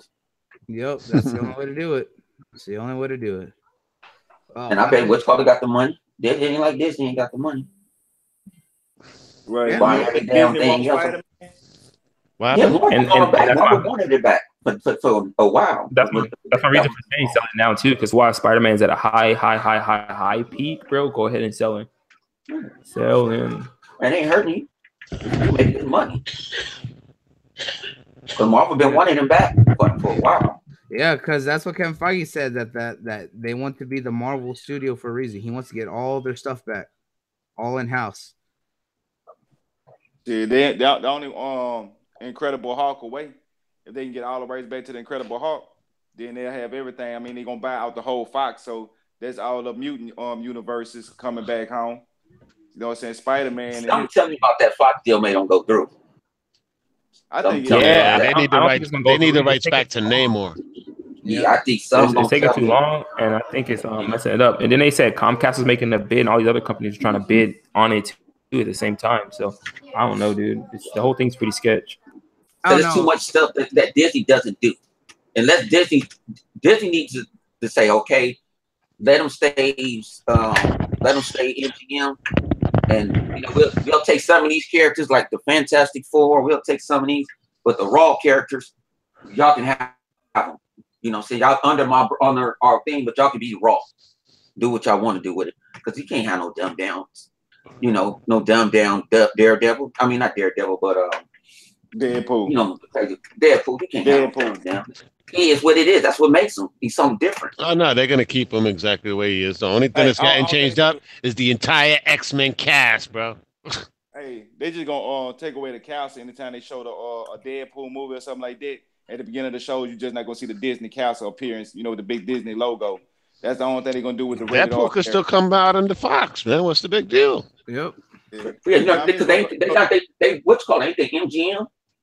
Yeah, Fox MGM. So you just got to take the Fox off and leave it as MGM. Think about it. When Disney owned Miramax, where did Quentin Tarantino's movies come out under? Miramax. Miramax, yeah. They ain't say Disney, but they owned Miramax at the time. Yeah, I want the alien shows. You got to think what Disney getting out of this. They're getting aliens. They're getting a bunch of these movies that they gonna do they can make a Predator TV show, bro. But it won't be on Disney streaming service. It'll probably be on Hulu. Right? Ain't they supposed to be buying some stakes in Hulu too? Well, Disney owns a percentage of Hulu, along with Warner Brothers, Fox, and Universal. But if they purchase Fox and that goes through, they'll be the minority shareholder. I mean, the majority shareholder in Hulu. All right, and what Disney already said that they're not going to take away the shows that's on Netflix. All right, they're not. Those are still going to stay there. But whatever new shows that are rated higher than PG-13, they're going to Hulu. Yep. Where they're the majority shareholder. While Disney itself would be PG-13 on down. That's the way to do it. They don't need to change up what already works. Don't change what isn't broken. Let them keep doing what they're doing right now. If they keep it going, they'll be able to let it do its thing without making it too complicated. That's where it needs to be. The only thing I find that shameful though is that we might never get that Moon Knight, man. You know what I'm saying? It's like they won't be able to add more stuff. It was just the stuff that's already there. But who knows, right? Who knows? I'm hoping. Yeah, but we still gonna get a Phoenix movie from Fox, and that's a damn shame. Yeah, it is.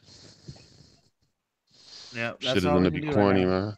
Yeah, that's a movie. I'll be sitting back like, man, I wish they don't come out with this movie. I wish they don't come out with this movie. They finna mess everything up. Dude, I was telling that to my cousin yesterday. hey, that'd be crazy if the movie shocked all of us. Like, just blow our minds, be like, damn, they actually pulled this off. Dude, I'm hoping they actually surprise the shit out of me, man. Right. I mean, my expectations is real low, so it shouldn't be too hard, but damn, it's gonna be hard. Yeah. It was like they're rushing just to take their shit out and whatnot, and they don't actually flesh out anything, man. Right. She's just gonna wake up with the Phoenix powers, and then and everybody gotta try to stop them. Yeah. And I hate the way they balance their characters in the scripts. It's like, you got a whole bunch of characters, and some characters are just eye candy. What the fuck did Jubilee do in the movie? I'm just saying. You know what I'm saying? They just include characters just for eye candy. Like, dude, if you're not gonna really use the character, don't put it in the fucking movie. Marvel doesn't include eye candy. The eye candy actually says shit. Yep. Right, or have a role to play, or he might have been in there for a specific reason for a later movie down the line, like how they did Doctor Strange. Look at Days of Future Past. How many lines did freaking Halle Berry have? 2 lines? Yep. There's things about that irked me about the X-Men movies. Yeah, but she couldn't talk. Remember, she was pregnant. See, they was trying to hide her pregnancy. Yeah, whatever. Yeah, she was pregnant. So no, I guess David wasn't gonna have her in. I guess she wanted in. You know how they ain't making all that Hollywood money no more like that. So she wanted in. She wanted a piece of the pie. Yeah, but you can see she didn't last that long. Got taken out real quick. In the first X-Men movie, she said like what, 3 lines, 4 lines? More. Yeah. She barely says anything in any of the movies, with the exception of the 2, which they opened up her thing a little bit, and the 3. But a lot of the other characters, the movies was basically around the fake ass Rogue that we got introduced to in the movies, right? The casting was fine, but that wasn't Rogue. Though. I don't know who the fuck that was. It could have been anybody. Yeah. They could have called it Joe Schmo, and I would have swallowed it. Know what I'm saying? Yeah. I mean, they tried to make the first X-Men movie about Rogue, saying to come from a different angle. But to me, it just ain't sit right. Everything ain't feel flush. It just felt like they just. Dude, man, Bryan Singer trying to make a sci-fi movie and whatnot. It's like, dude, she could have absorbed anybody's powers, any mutant to have powers. He could have just invented a mutant. Motherfucker has superpowers, Rogue killed him by accident. They shouldn't have made her ass. Man, they made her ass too young. You know what I'm saying? Should have made she was already a damn adult. Right. And not just being too young though, but is that she had no powers really. Think about it. All she did was touch people and take their shit. She ain't even stay with their powers, except Wolverine's claws for a second when she stabbed him. And she couldn't fly either. You just seen her flying. Right. See, if I would have done the first X-Men movie, I would have had to kill a fucking mutant in that first movie that could fucking fly and was super strong. Right, and that's how she absorbed all the powers. Yeah, because it was like, her powers are related to Captain Marvel. I was like, well, invent a fucking mutant. They got powers. Simple as that. They ain't got to invent a mutant or say no name. They just got to show a mutant. She ripping the powers out of. Exactly. And that's how she learned that. Something that happened in her past and shit, man. That could have been. Right. It's that, when you get filmmakers that are doing the movies that just love sci-fi and don't like comic books, then you got issues. Yeah. Because Bryan Singer is not a comic book fan. He stated it from the beginning. I don't like comic books. I like sci-fi. And that's the problem about it. That's why their movies were never good. But trust me, exactly. And then he told the cast not to read the comics as well. Yeah. That was the first thing Hugh Jackman went against, because he went and read all the Wolverine comic books. He was like, "Yo, this shit is dope." Yeah. Anyways, trust me, this is something we can get into all day about. Man, you must know we got Collider and me and Bone on here. We used to this here. We do this here. I can see. I see what you're going there, Knuckles. Go ahead. Get it yeah, we'll go crazy on X-Men, bro. Yeah, I know. We all do. And if Mega was here, there'd be no stopping it. But I think we had some fun today, and man, we hit some real good stuff and went far left on a lot of topics. But hey, man, that's where it's all at, man. When we having fun, loving what you talk about, that's how it goes. Yep. All right. From everyone here out there to everyone watching, thank y'all for tuning in. Y'all take it easy. We'll catch y'all next time. And we up and we hype and we in this thing and we're gonna keep talking about comics. Let's do this, man. Hype that up, man. Don't down. In 100, I want to see you on Mad. Let's get it. Man. The show's over, but the discussion is not. Keep it going, keep it talking. That's all I can say. Love to everyone out there.